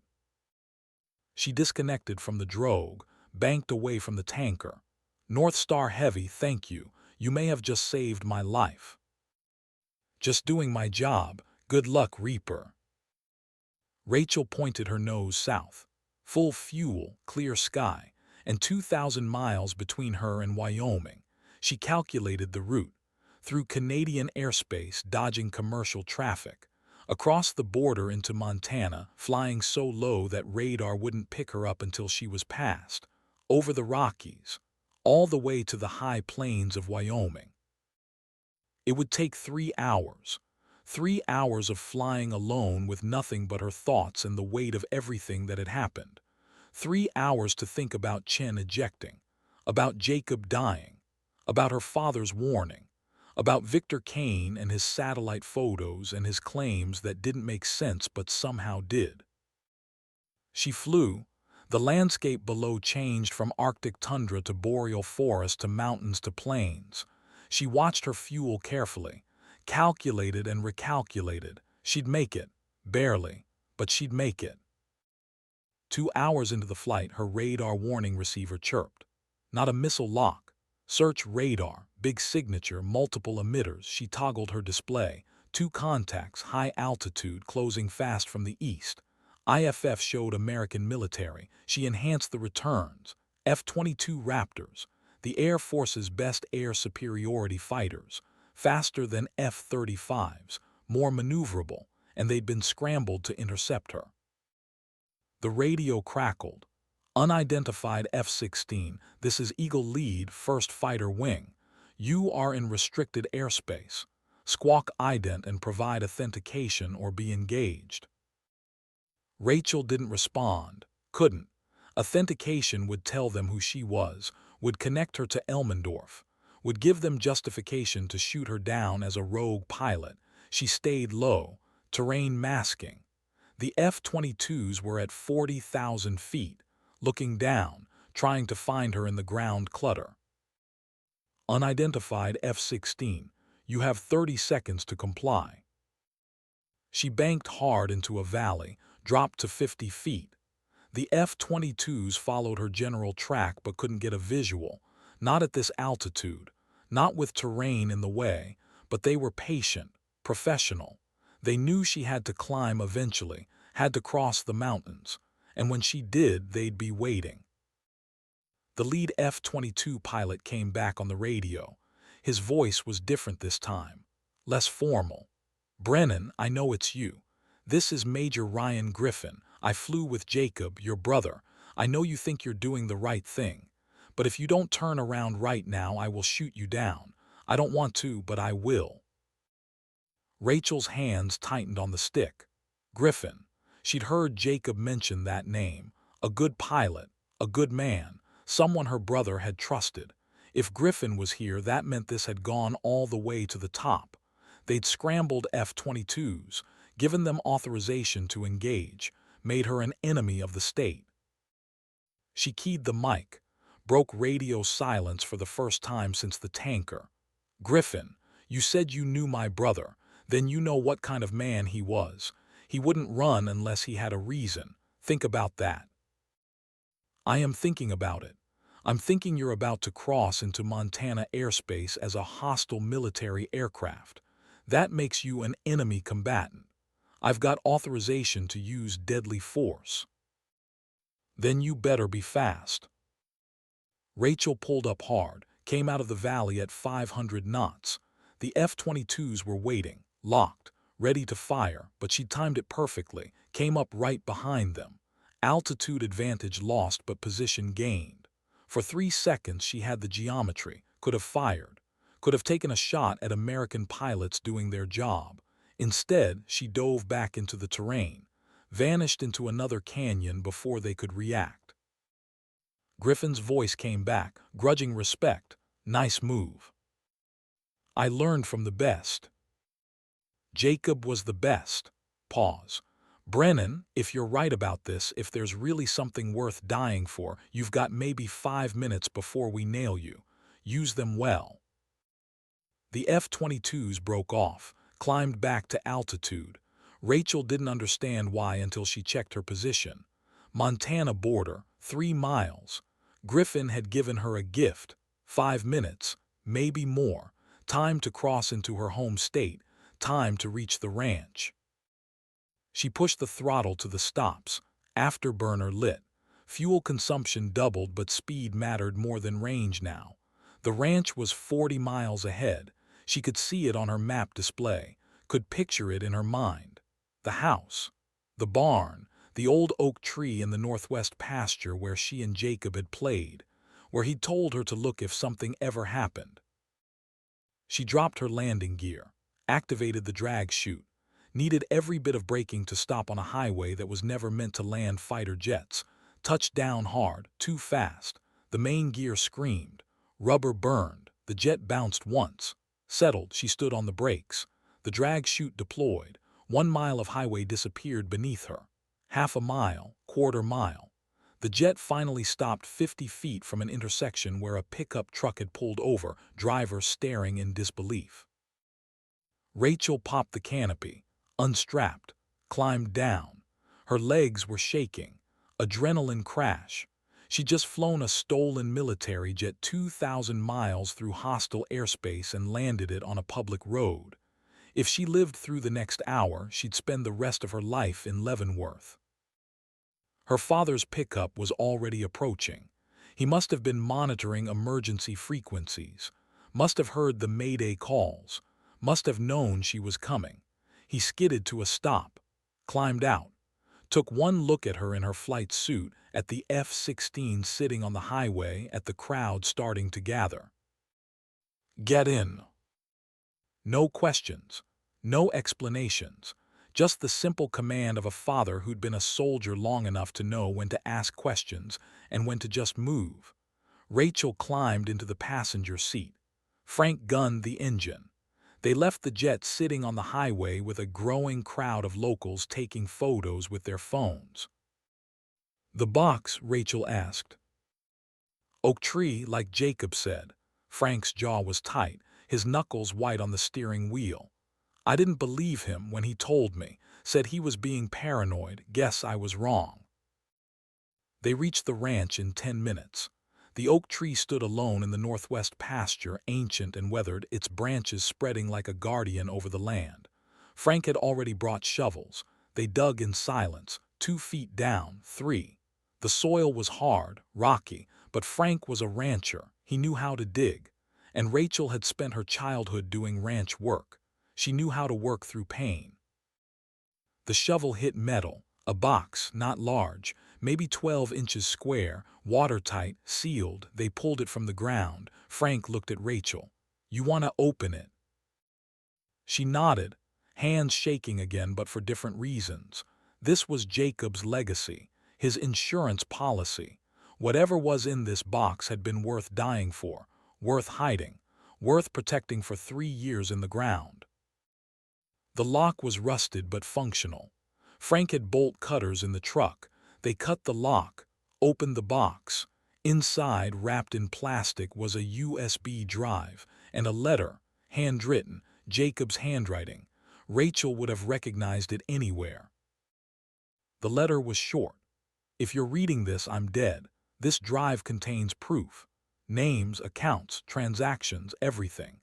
SHADOWFALL program. F-35 specifications sold to Ghost Tech Industries. Pentagon officials on payroll. Evidence of espionage at the highest levels. Give it to someone you trust, someone who can't be bought. I'm sorry I can't be there to see this through. Take care of Dad. And fly safe, little sister. Love, Jacob." Rachel's vision blurred. She wiped her eyes, couldn't afford tears now, had to focus. The USB drive was encrypted, but Jacob had left a password hint. Their mother's maiden name plus the year they buried the time capsule.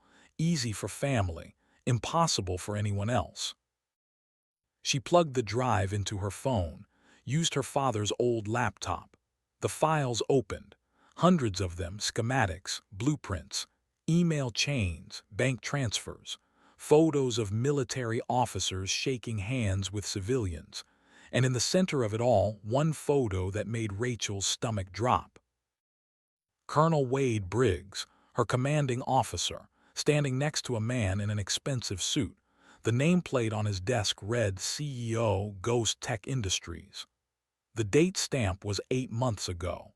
Briggs had been selling secrets, had been part of the conspiracy, had probably given the order to eliminate Jacob when he got too close.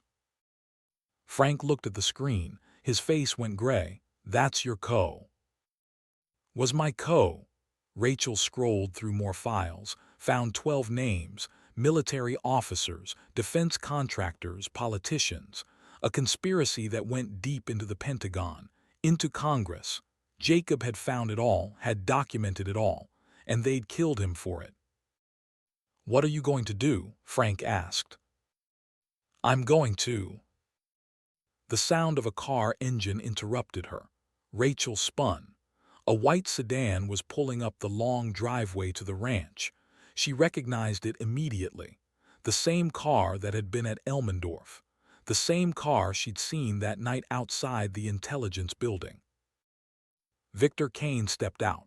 No longer in a suit, jeans, jacket, but his expression was the same, professional, cold, and he had a gun. Frank reached for the shotgun mounted on the gun rack in his truck. Kane fired, not at Frank, at the ground near his feet. The shot kicked up dirt and gravel. "Don't, please." Rachel stepped forward, put herself between Kane and her father. "You lied, you're not CIA." "No," Kane approached slowly, gun still pointed at them. "I'm Ghost Tech, private contractor, very well-paid private contractor. Your brother was a problem, you became a problem. My job is to eliminate problems." "Why the coffee shop? Why not just kill me on base?" "Because we needed to know what you knew. If Jacob had told you anything before he died, if he'd left you anything." Kane's eyes flicked to the open box, the USB drive in Rachel's hand. "And now I know he did. Thank you for leading me to it." He extended his free hand. Give me the drive. Rachel's mind raced. Kane wasn't going to let them live, even if she gave him the drive. He'd shoot them both and burn the evidence, and Ghost Tech would continue selling American secrets. Everything Jacob had died for would be meaningless. You can't shoot us, Rachel said, buying time. Too much attention. F-16 on the highway, news already covering it. Local police on their way. Shoot us and you're trapped here. Kane smiled. You're right, but I can shoot your father, and you'll give me the drive to save him. People do that, you know, trade their lives for family, very predictable. He shifted aim, pointed the gun at Frank's chest. Rachel's heart hammered. She had maybe 2 seconds to make a decision. Give up the drive and hope Kane was merciful, or fight and watch her father die. The crack of a rifle shot split the air. Kane jerked, stumbled. The gun fell from his hand. He looked down at his shoulder. Blood, dark and spreading, looked up at the tree line behind the ranch house in confusion. Captain David Chen stepped out from behind a pine tree, hunting rifle in his hands, blood on his face from his ejection, limping, but alive. Miss me. Kane went for his dropped gun. Chen fired again, not a kill shot. Leg. Kane went down, screamed. Rachel kicked the gun away, looked at Chen in disbelief. Dave, how did you? SAR picked me up. I told them I saw your general heading, stole their truck, drove here. He swayed, exhausted. Figured you'd need backup. Frank helped Chen sit down, looked at Rachel. What now? Rachel heard it before she saw it. News helicopter, local station probably. Drawn by reports of a fighter jet on the highway, they'd be here in seconds. Camera rolling. Live broadcast. She made a decision. She held up the USB drive, waved at the helicopter. The camera zoomed in. She could see the red light. They were live. She started talking. My name is Lieutenant Rachel Merrick, United States Air Force. I'm being hunted by corrupt officers in my own command for discovering a conspiracy to sell F-35 stealth fighter technology to foreign buyers. This USB drive contains proof, names, bank accounts, everything. My brother, Major Jacob Merrick, died 3 years ago trying to expose this. They called it pilot error. It was murder, and I'm here to finish what he started. The camera stayed on her. The helicopter descended. A reporter leaned out, microphone extended. Lieutenant, are you saying there's a conspiracy within the Air Force? I'm saying that SHADOWFALL program has been selling classified technology through Ghost Tech Industries for at least 3 years. That Pentagon officials are involved. That my commanding officer, Colonel Wade Briggs, is one of them. She held up her phone, showed the photos from the drive. This is proof. This is why they tried to kill me. This is why my brother died. And I'm broadcasting it right now so everyone knows, so they can't silence this anymore. More helicopters appeared. Network news, CNN, Fox. Someone in those newsrooms had been monitoring emergency frequencies, had heard the reports of a rogue F-16, had sent crews to investigate.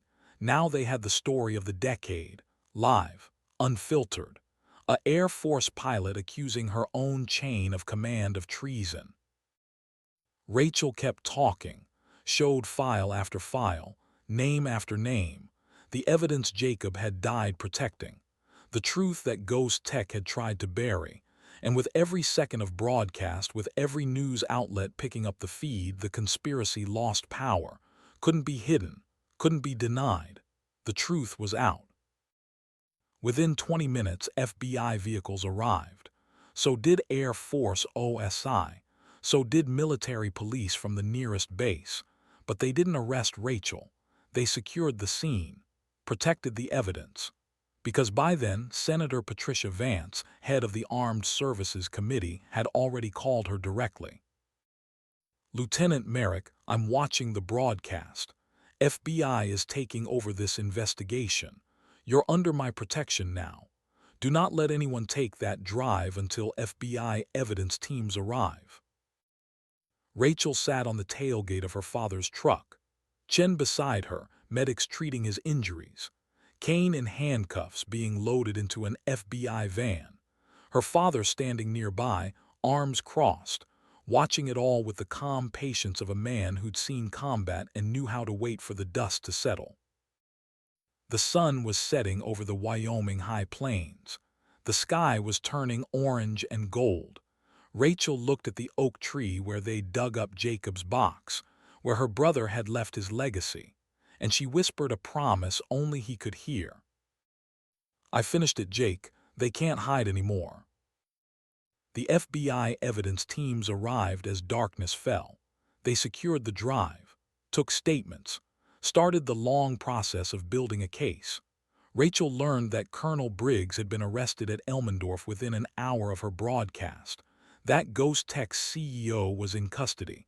That 12 military officers and 5 defense contractors were being detained. The conspiracy was unraveling. Fast. But it wasn't over. As Rachel sat in the FBI Mobile Command Center giving her statement, an agent came in with a tablet. "Lieutenant, you need to see this." The screen showed intercepted communications, encrypted messages from the past hour. Ghost Tech had partners, international partners, and they were not happy about the exposure. One message stood out. A name Rachel didn't recognize, but the threat was clear. SHADOWFALL compromised. Asset Reaper must be eliminated. Sending Red Queen. Red Queen. The name meant nothing to Rachel, but the FBI agent's face went pale. That's not good. Who's Red Queen? Foreign asset, highly skilled. We've been tracking her for years but never caught her. If Ghost Tech called her in, you're still in danger. Rachel looked out the window, at the ranch, at the mountains, at the sky turning dark. She'd exposed the conspiracy, saved the evidence, but the war wasn't over. Somewhere out there, someone was coming for her, someone called Red Queen. And Rachel had a feeling their meeting was inevitable. The story wasn't finished, it was just beginning. The FBI Mobile Command Center hummed with activity through the night. Agents worked laptops and secure phones, coordinating with Pentagon officials and Justice Department prosecutors. Rachel sat in a corner chair, wrapped in a blanket someone had given her, watching the organized chaos. Her flight suit was still damp with sweat. Her hands still shook when she held the coffee cup an agent had pressed into her palm. She'd been flying for almost 6 hours straight, had been hunted, had stolen a jet, had exposed a conspiracy on live television. Now the adrenaline was fading and exhaustion crashed over her like a wave. Her father sat beside her, silent, solid, the way he'd always been. Frank Merrick had seen combat in Vietnam, had flown missions where friends died and enemies were just shadows in the jungle below. He understood what Rachel was going through, understood that sometimes the hardest part of battle wasn't the fighting. It was the waiting afterward, the moment when you had time to think about what you'd done and what it meant. David Chen was in the ranch house, getting his injuries treated by a paramedic. Broken ribs from the ejection, lacerations on his face from branches when he'd landed in the trees, but alive. He'd insisted on walking over to see Rachel before they sedated him for transport to the hospital, had gripped her shoulder and said 4 words. "We made it through." Those 4 words carried weight. They'd been through hell together, had trusted each other when trust was the only currency that mattered. Chen had disobeyed orders to stay with her, had ejected from his jet to give her time, had stolen a search and rescue truck and driven 6 hours to reach the ranch, had saved her life with a rifle shot when Kane had them cornered. That kind of loyalty didn't come from regulations or chain of command. It came from something deeper, brotherhood. The kind soldiers understood, but civilians never quite grasped. FBI Special Agent Sarah Mitchell approached Rachel with a tablet.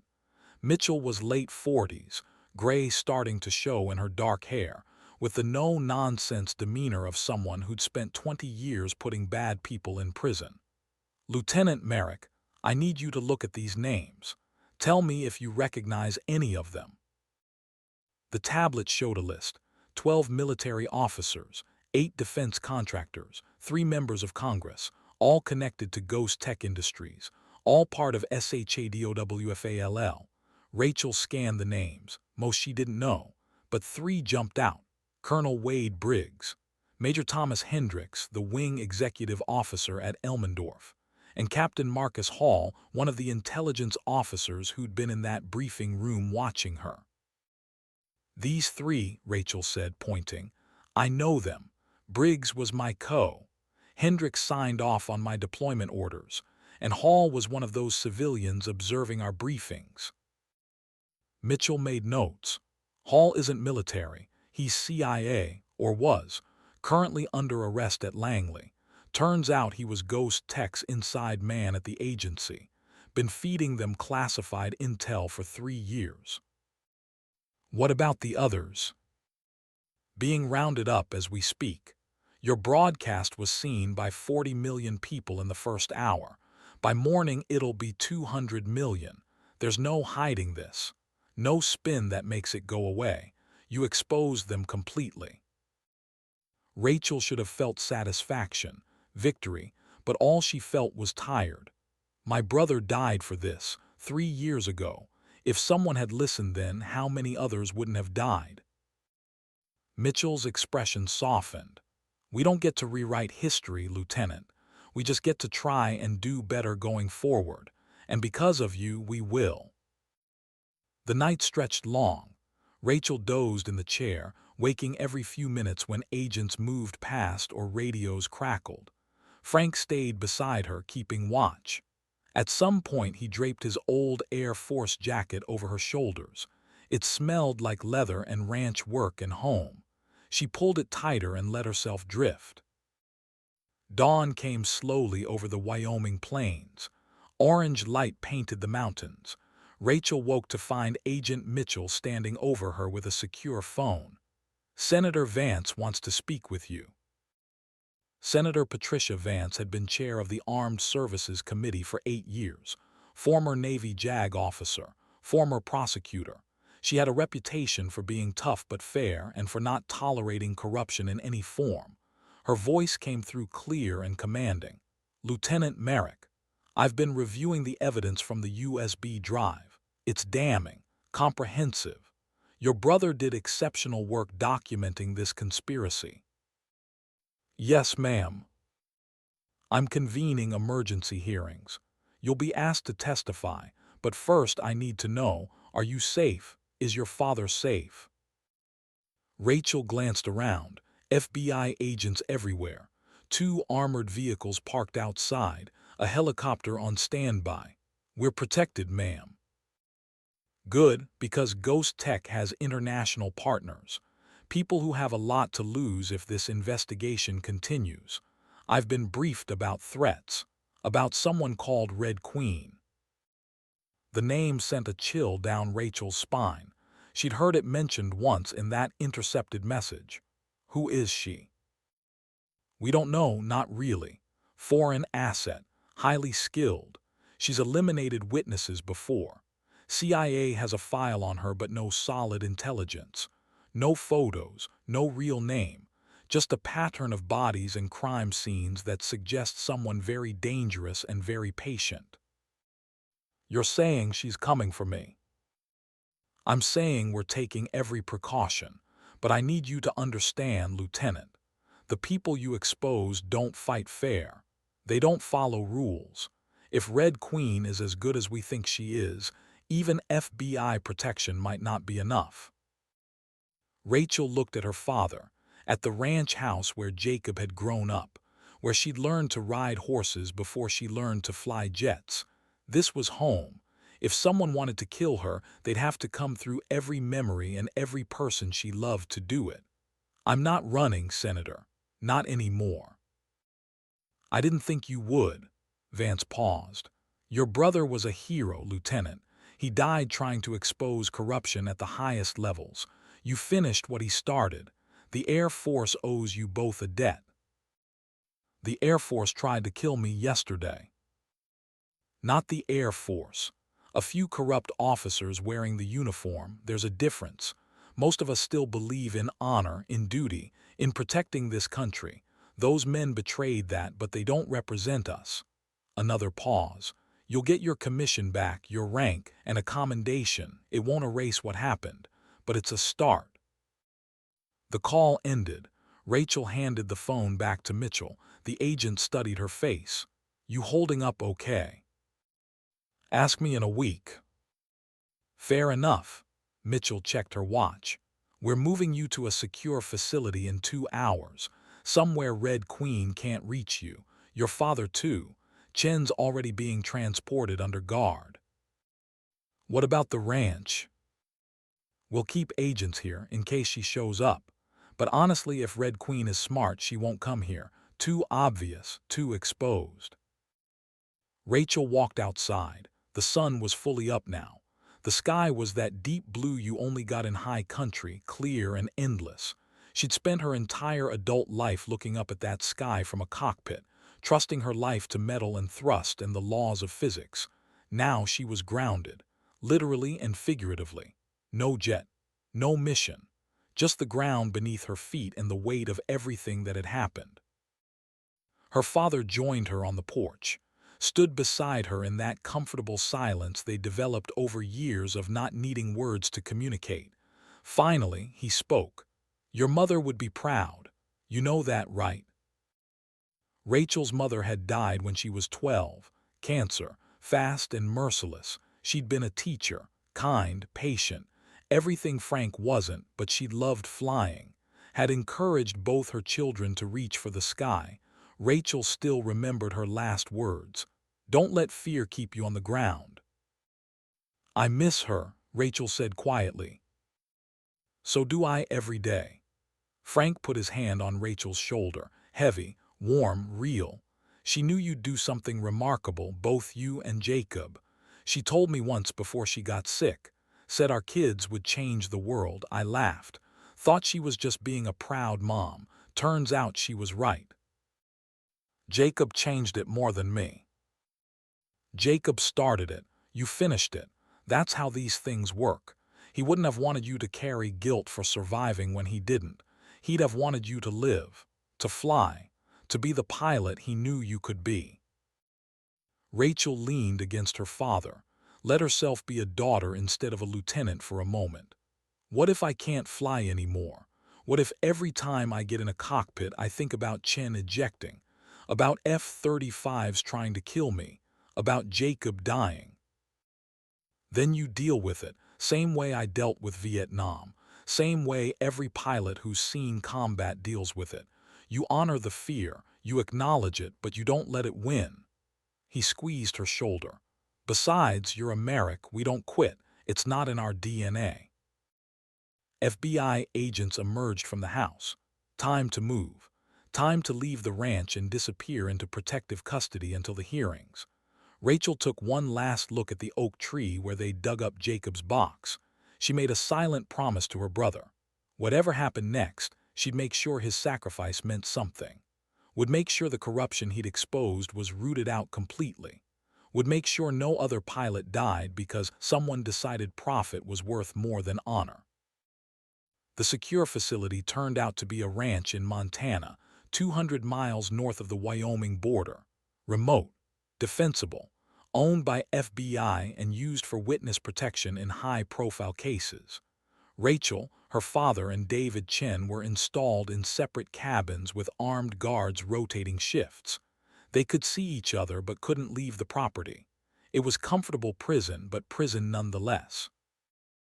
Chen was recovering well. The broken ribs would heal in 6 weeks.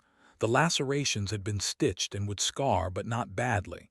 He spent most of his time in the main lodge, working with FBI agents to prepare his testimony. Rachel would watch him through the window sometimes, see him pointing at maps and photos, reliving the chase and the dogfight. He caught her watching once, smiled, gave a thumbs up. She returned it. Some bonds didn't need words. Senator Vance called daily, updated them on the investigation. Arrests were accelerating. Colonel Briggs had been charged with espionage, conspiracy, and attempted murder. He was cooperating, giving up names in exchange for a lighter sentence. Ghost Tech's CEO was in custody, his assets frozen. The company was being dismantled. F-35 specifications had been recovered from black market servers in 3 countries.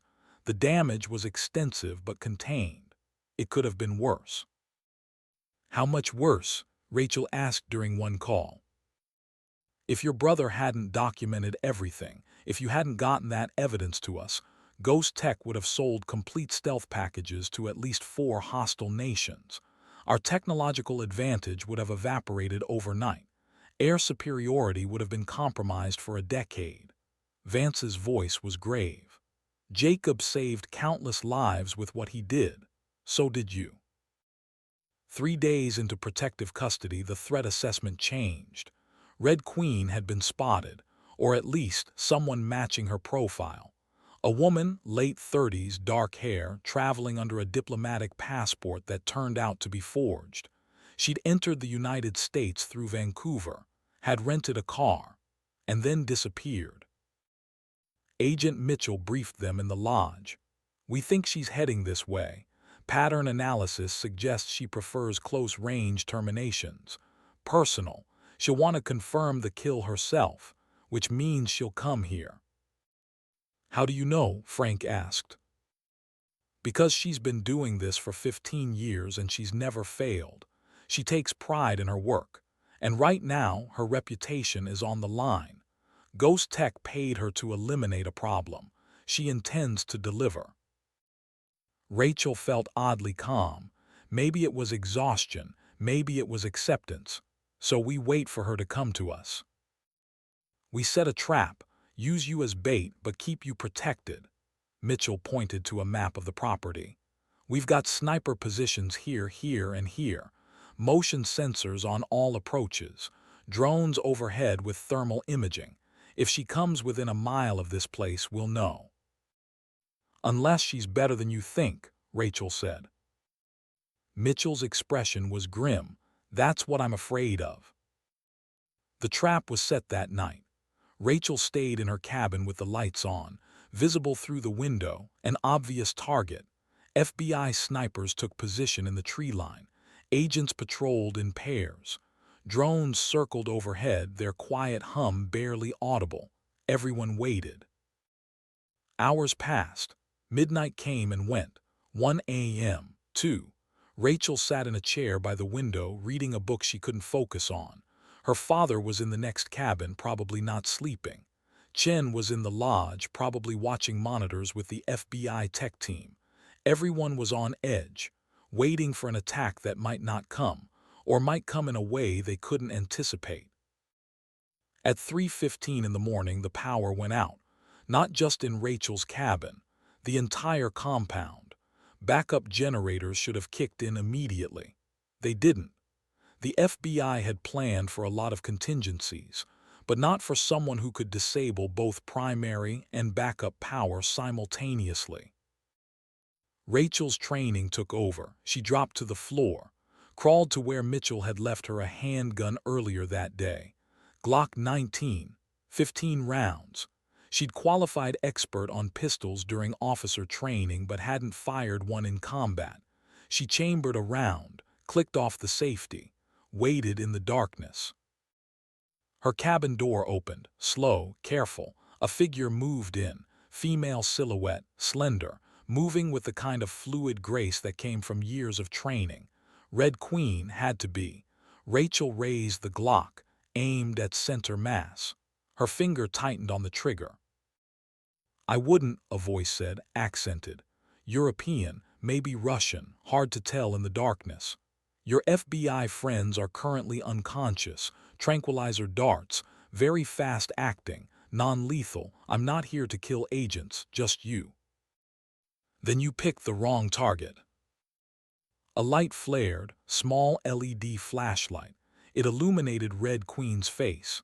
She was younger than Rachel expected, maybe 35, sharp features, dark hair pulled back, eyes that were completely calm. She wasn't holding a weapon, just standing there, confident. "Lieutenant Rachel Merrick, I've read your file. Impressive pilot. Your brother was impressive too.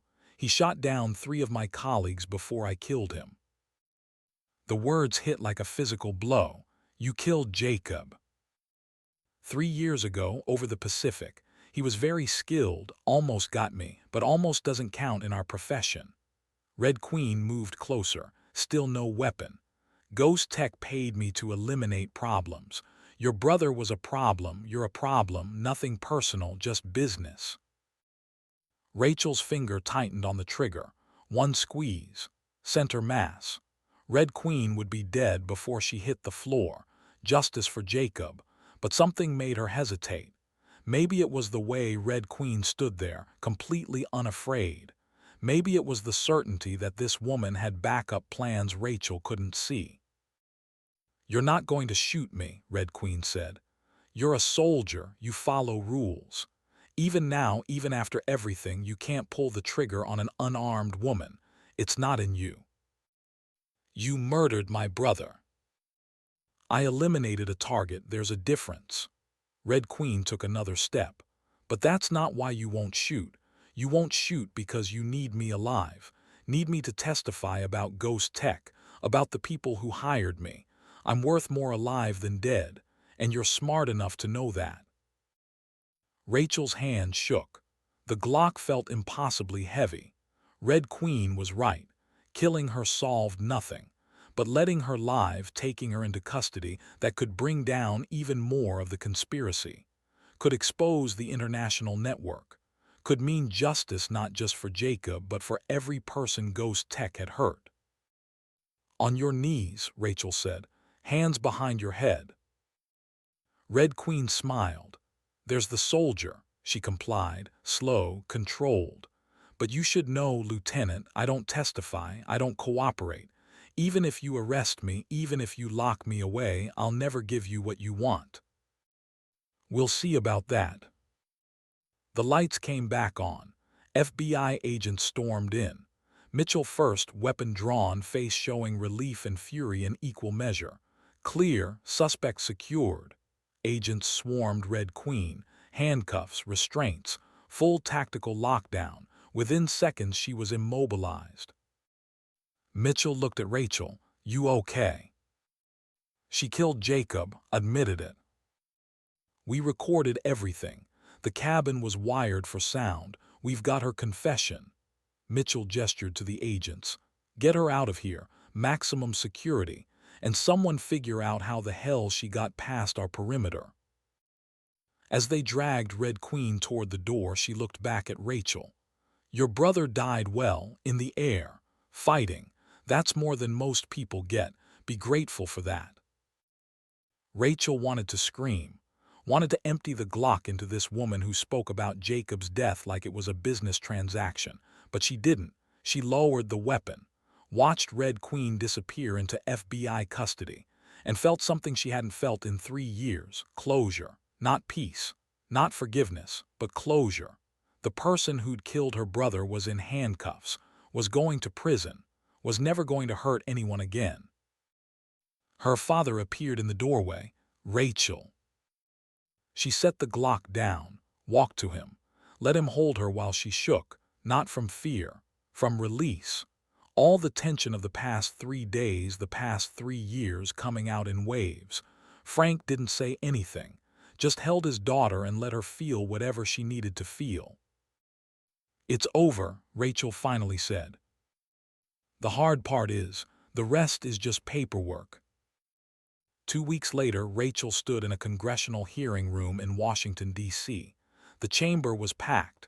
Media, spectators, members of Congress. She wore her dress uniform, blues, the one she'd been commissioned in, the one she'd thought she'd never wear again. But Senator Vance had personally reinstated her, had made it clear that Rachel Merrick was not a criminal, was a hero. The hearing lasted 6 hours. Rachel testified about everything. The restricted airspace contacts, the F-35 attacks, the chase, the evidence, Red Queen's confession. Other witnesses followed. David Chen describing the dogfight, Agent Mitchell detailing the FBI investigation, Ghost Tech employees who turned state's evidence. By the end of the day, the full scope of SHADOWFALL was public record. Senator Vance closed the hearing with a statement. What we've learned here today is deeply troubling. A conspiracy within our military and defense industrial complex to sell classified technology to hostile nations. It was exposed not by oversight committees or inspectors general, but by two Air Force officers. Major Jacob Merrick, who gave his life gathering evidence, and Lieutenant Rachel Merrick, who risked everything to finish what he started. This committee recommends full honors for Major Merrick posthumously, and immediate promotion to captain for Lieutenant Merrick, with a recommendation for the Distinguished Flying Cross. The chamber erupted in applause. Rachel stood at attention, accepted the recognition, but her mind was elsewhere. She was thinking about Jacob, about the last time they'd flown together in that old Cessna over the ranch, about how he'd let her take the controls, about how he'd said she was a natural, about how he'd promised to always have her back. He'd kept that promise, even in death. His evidence had brought down the conspiracy, had saved lives, had changed everything, and Rachel had been the one to deliver it. They'd done it together, brother and sister, one last mission. After the hearing, there was a reception. Senators and representatives wanted to shake her hand, thank her for her service, tell her she was an inspiration. Rachel endured it with military bearing, smiled, said thank you, but she felt disconnected, like she was watching it happen to someone else. David Chen found her in a quiet corner. He was in dress uniform too, had been promoted to major. His face was healing well. The scars would fade. Hell of a day, he said. Hell of a week, hell of a year. You thinking about what's next? Rachel hadn't let herself think that far ahead. I don't know. They're offering me a desk job at the Pentagon. Policy advisor on ethics and procurement oversight. Make sure SHADOWFALL never happens again. But I'm a pilot. I don't want to fly a desk. Chen nodded. I get it. I requested transfer back to Operational Squadron. They approved it. I'm heading to Langley, F-22s. He paused. There's an opening for a wingman if you're interested. Rachel looked at him, her friend, the man who'd disobeyed orders to stay with her, who'd ejected from his jet to give her time, who'd saved her life. Flying with Chen again would be the closest thing to flying with Jacob. Would be right. I'm interested. Good, because someone needs to keep you out of trouble. Pretty sure it's the other way around. They stood together in comfortable silence. Two pilots who'd been through hell and come out the other side, not unscathed, not unchanged, but alive and still ready to fly. 6 months later, Rachel stood on the flight line at Langley Air Force Base in Virginia. Her new assignment, 1st Fighter Wing, F-22 Raptors, the most advanced air superiority fighters in the world. She completed her transition training with top scores, had logged 60 hours in type, had proven to everyone that what happened with SHADOWFALL hadn't broken her. If anything, it had made her sharper.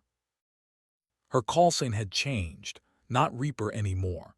That was the pilot who'd been hunted, who'd gone rogue, who'd stolen a jet and flown it across 2,000 miles of hostile airspace. The Air Force had given her a new call sign for this new chapter, Phoenix, rising from the ashes, fitting. Major David Chen walked up beside her. He'd been at Langley for 4 months, had already made a name for himself as one of the best F-22 pilots in the wing. Ready for your first operational sortie. Born ready. That's what I like to hear.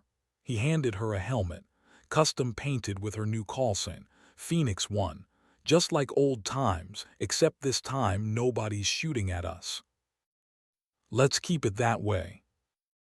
They walked to their jets together. F-22 Raptors gleamed in the morning sun. Sleek, deadly, beautiful, Rachel climbed the ladder, settled into the cockpit. The seat fit like it had been made for her. In a way, it had. She'd molded it during her training, had spent hours getting every switch, every button, exactly where her hand expected it to be. The canopy closed. She went through the startup checklist. APU, engines, systems, everything green. Tower cleared them for takeoff. Rachel taxied onto the runway with Chen following. Lined up, advanced the throttles. The F-22's twin Pratt & Whitney engines pushed out 43,000 pounds of thrust. She released the brakes. The jet leaped forward, faster, faster. That perfect moment when the nose wheel lifted and suddenly she was flying. They climbed through 20,000 feet, 30, 40. The sky was endless above them, blue and clear and perfect. Rachel looked out at the horizon, looked at Chen's jet off her wing, looked at the instruments that told her she was exactly where she needed to be, and for the first time in 3 years she felt at peace. Phoenix 1, Langley Tower. You're cleared to Training Area Alpha, good hunting. Roger Tower, Phoenix 1 outbound. She pushed the throttle forward. The F-22 accelerated smoothly. Mach 1. Mach 1.5, supersonic, the speed she was born for, the speed Jacob had taught her to love. She keyed the radio to Chen, private channel. Dave, thanks for everything. That's what wingmen are for. They flew east, toward the Atlantic, toward the mission, toward whatever came next. Rachel thought about her father back at the ranch in Wyoming, about Jacob wherever pilots went when they died, about the promise she'd made to both of them, to fly, to serve, to honor the uniform and everything it represented. The sun rose higher, the sky stretched forever, and Captain Rachel Merrick, Coulson Phoenix, flew toward it without fear. She'd faced the worst humanity had to offer, had been betrayed by her own command, had been hunted by friend and foe alike, had exposed corruption at the highest levels, and had survived it all. She was a pilot, a soldier, a daughter, a sister, and no one would ever ground her again. But in a prison cell in Virginia, 300 miles from Langley, Red Queen sat in silence.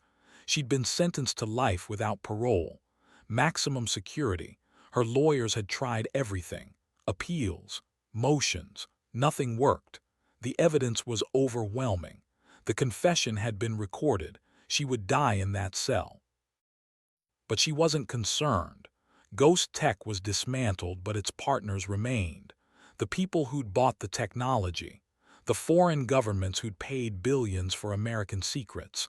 They had long memories, and they didn't like loose ends. A guard delivered her lunch, set the tray on the table in her cell, walked away. Red Queen ate slowly, methodically, and when she bit into the sandwich she felt the small piece of plastic hidden inside, thin, flexible, sharp when folded correctly. Lockpick, old school, effective. She looked up at the security camera, smiled. Whoever had sent this, they wanted her out, wanted her to finish what she'd started. The guard who delivered the tray had probably been paid, or threatened, or both. It didn't matter. What mattered was that Red Queen had options again. She tucked the lockpick into a seam in her mattress, waited for night, waited for the right moment. She was patient, always had been, and when the time came she would escape, would disappear, and would finish the contract Ghost Tech had paid for. Lieutenant Captain Rachel Merrick, Coulson Phoenix, the pilot who'd exposed SHADOWFALL, who'd brought down the conspiracy, who'd put Red Queen in prison. She was still a problem, and Red Queen had never left a problem unsolved. The story wasn't over, not yet. Somewhere out there in the endless sky, 2 pilots flew in formation, trusted each other with their lives, and didn't know that the war they thought they'd won was just beginning. The future was uncertain, the threat was real, but Rachel Merrick had faced impossible odds before, and she would face them again, because that's what pilots did. They flew toward danger, they trusted their training, and they never ever backed down. The sky was calling, and Phoenix answered. Always. Thanks for watching Rachel's story. This one hit different for me because it asks a question we all face. What do you do when the system you served betrays you? I'd love to hear from veterans in the comments.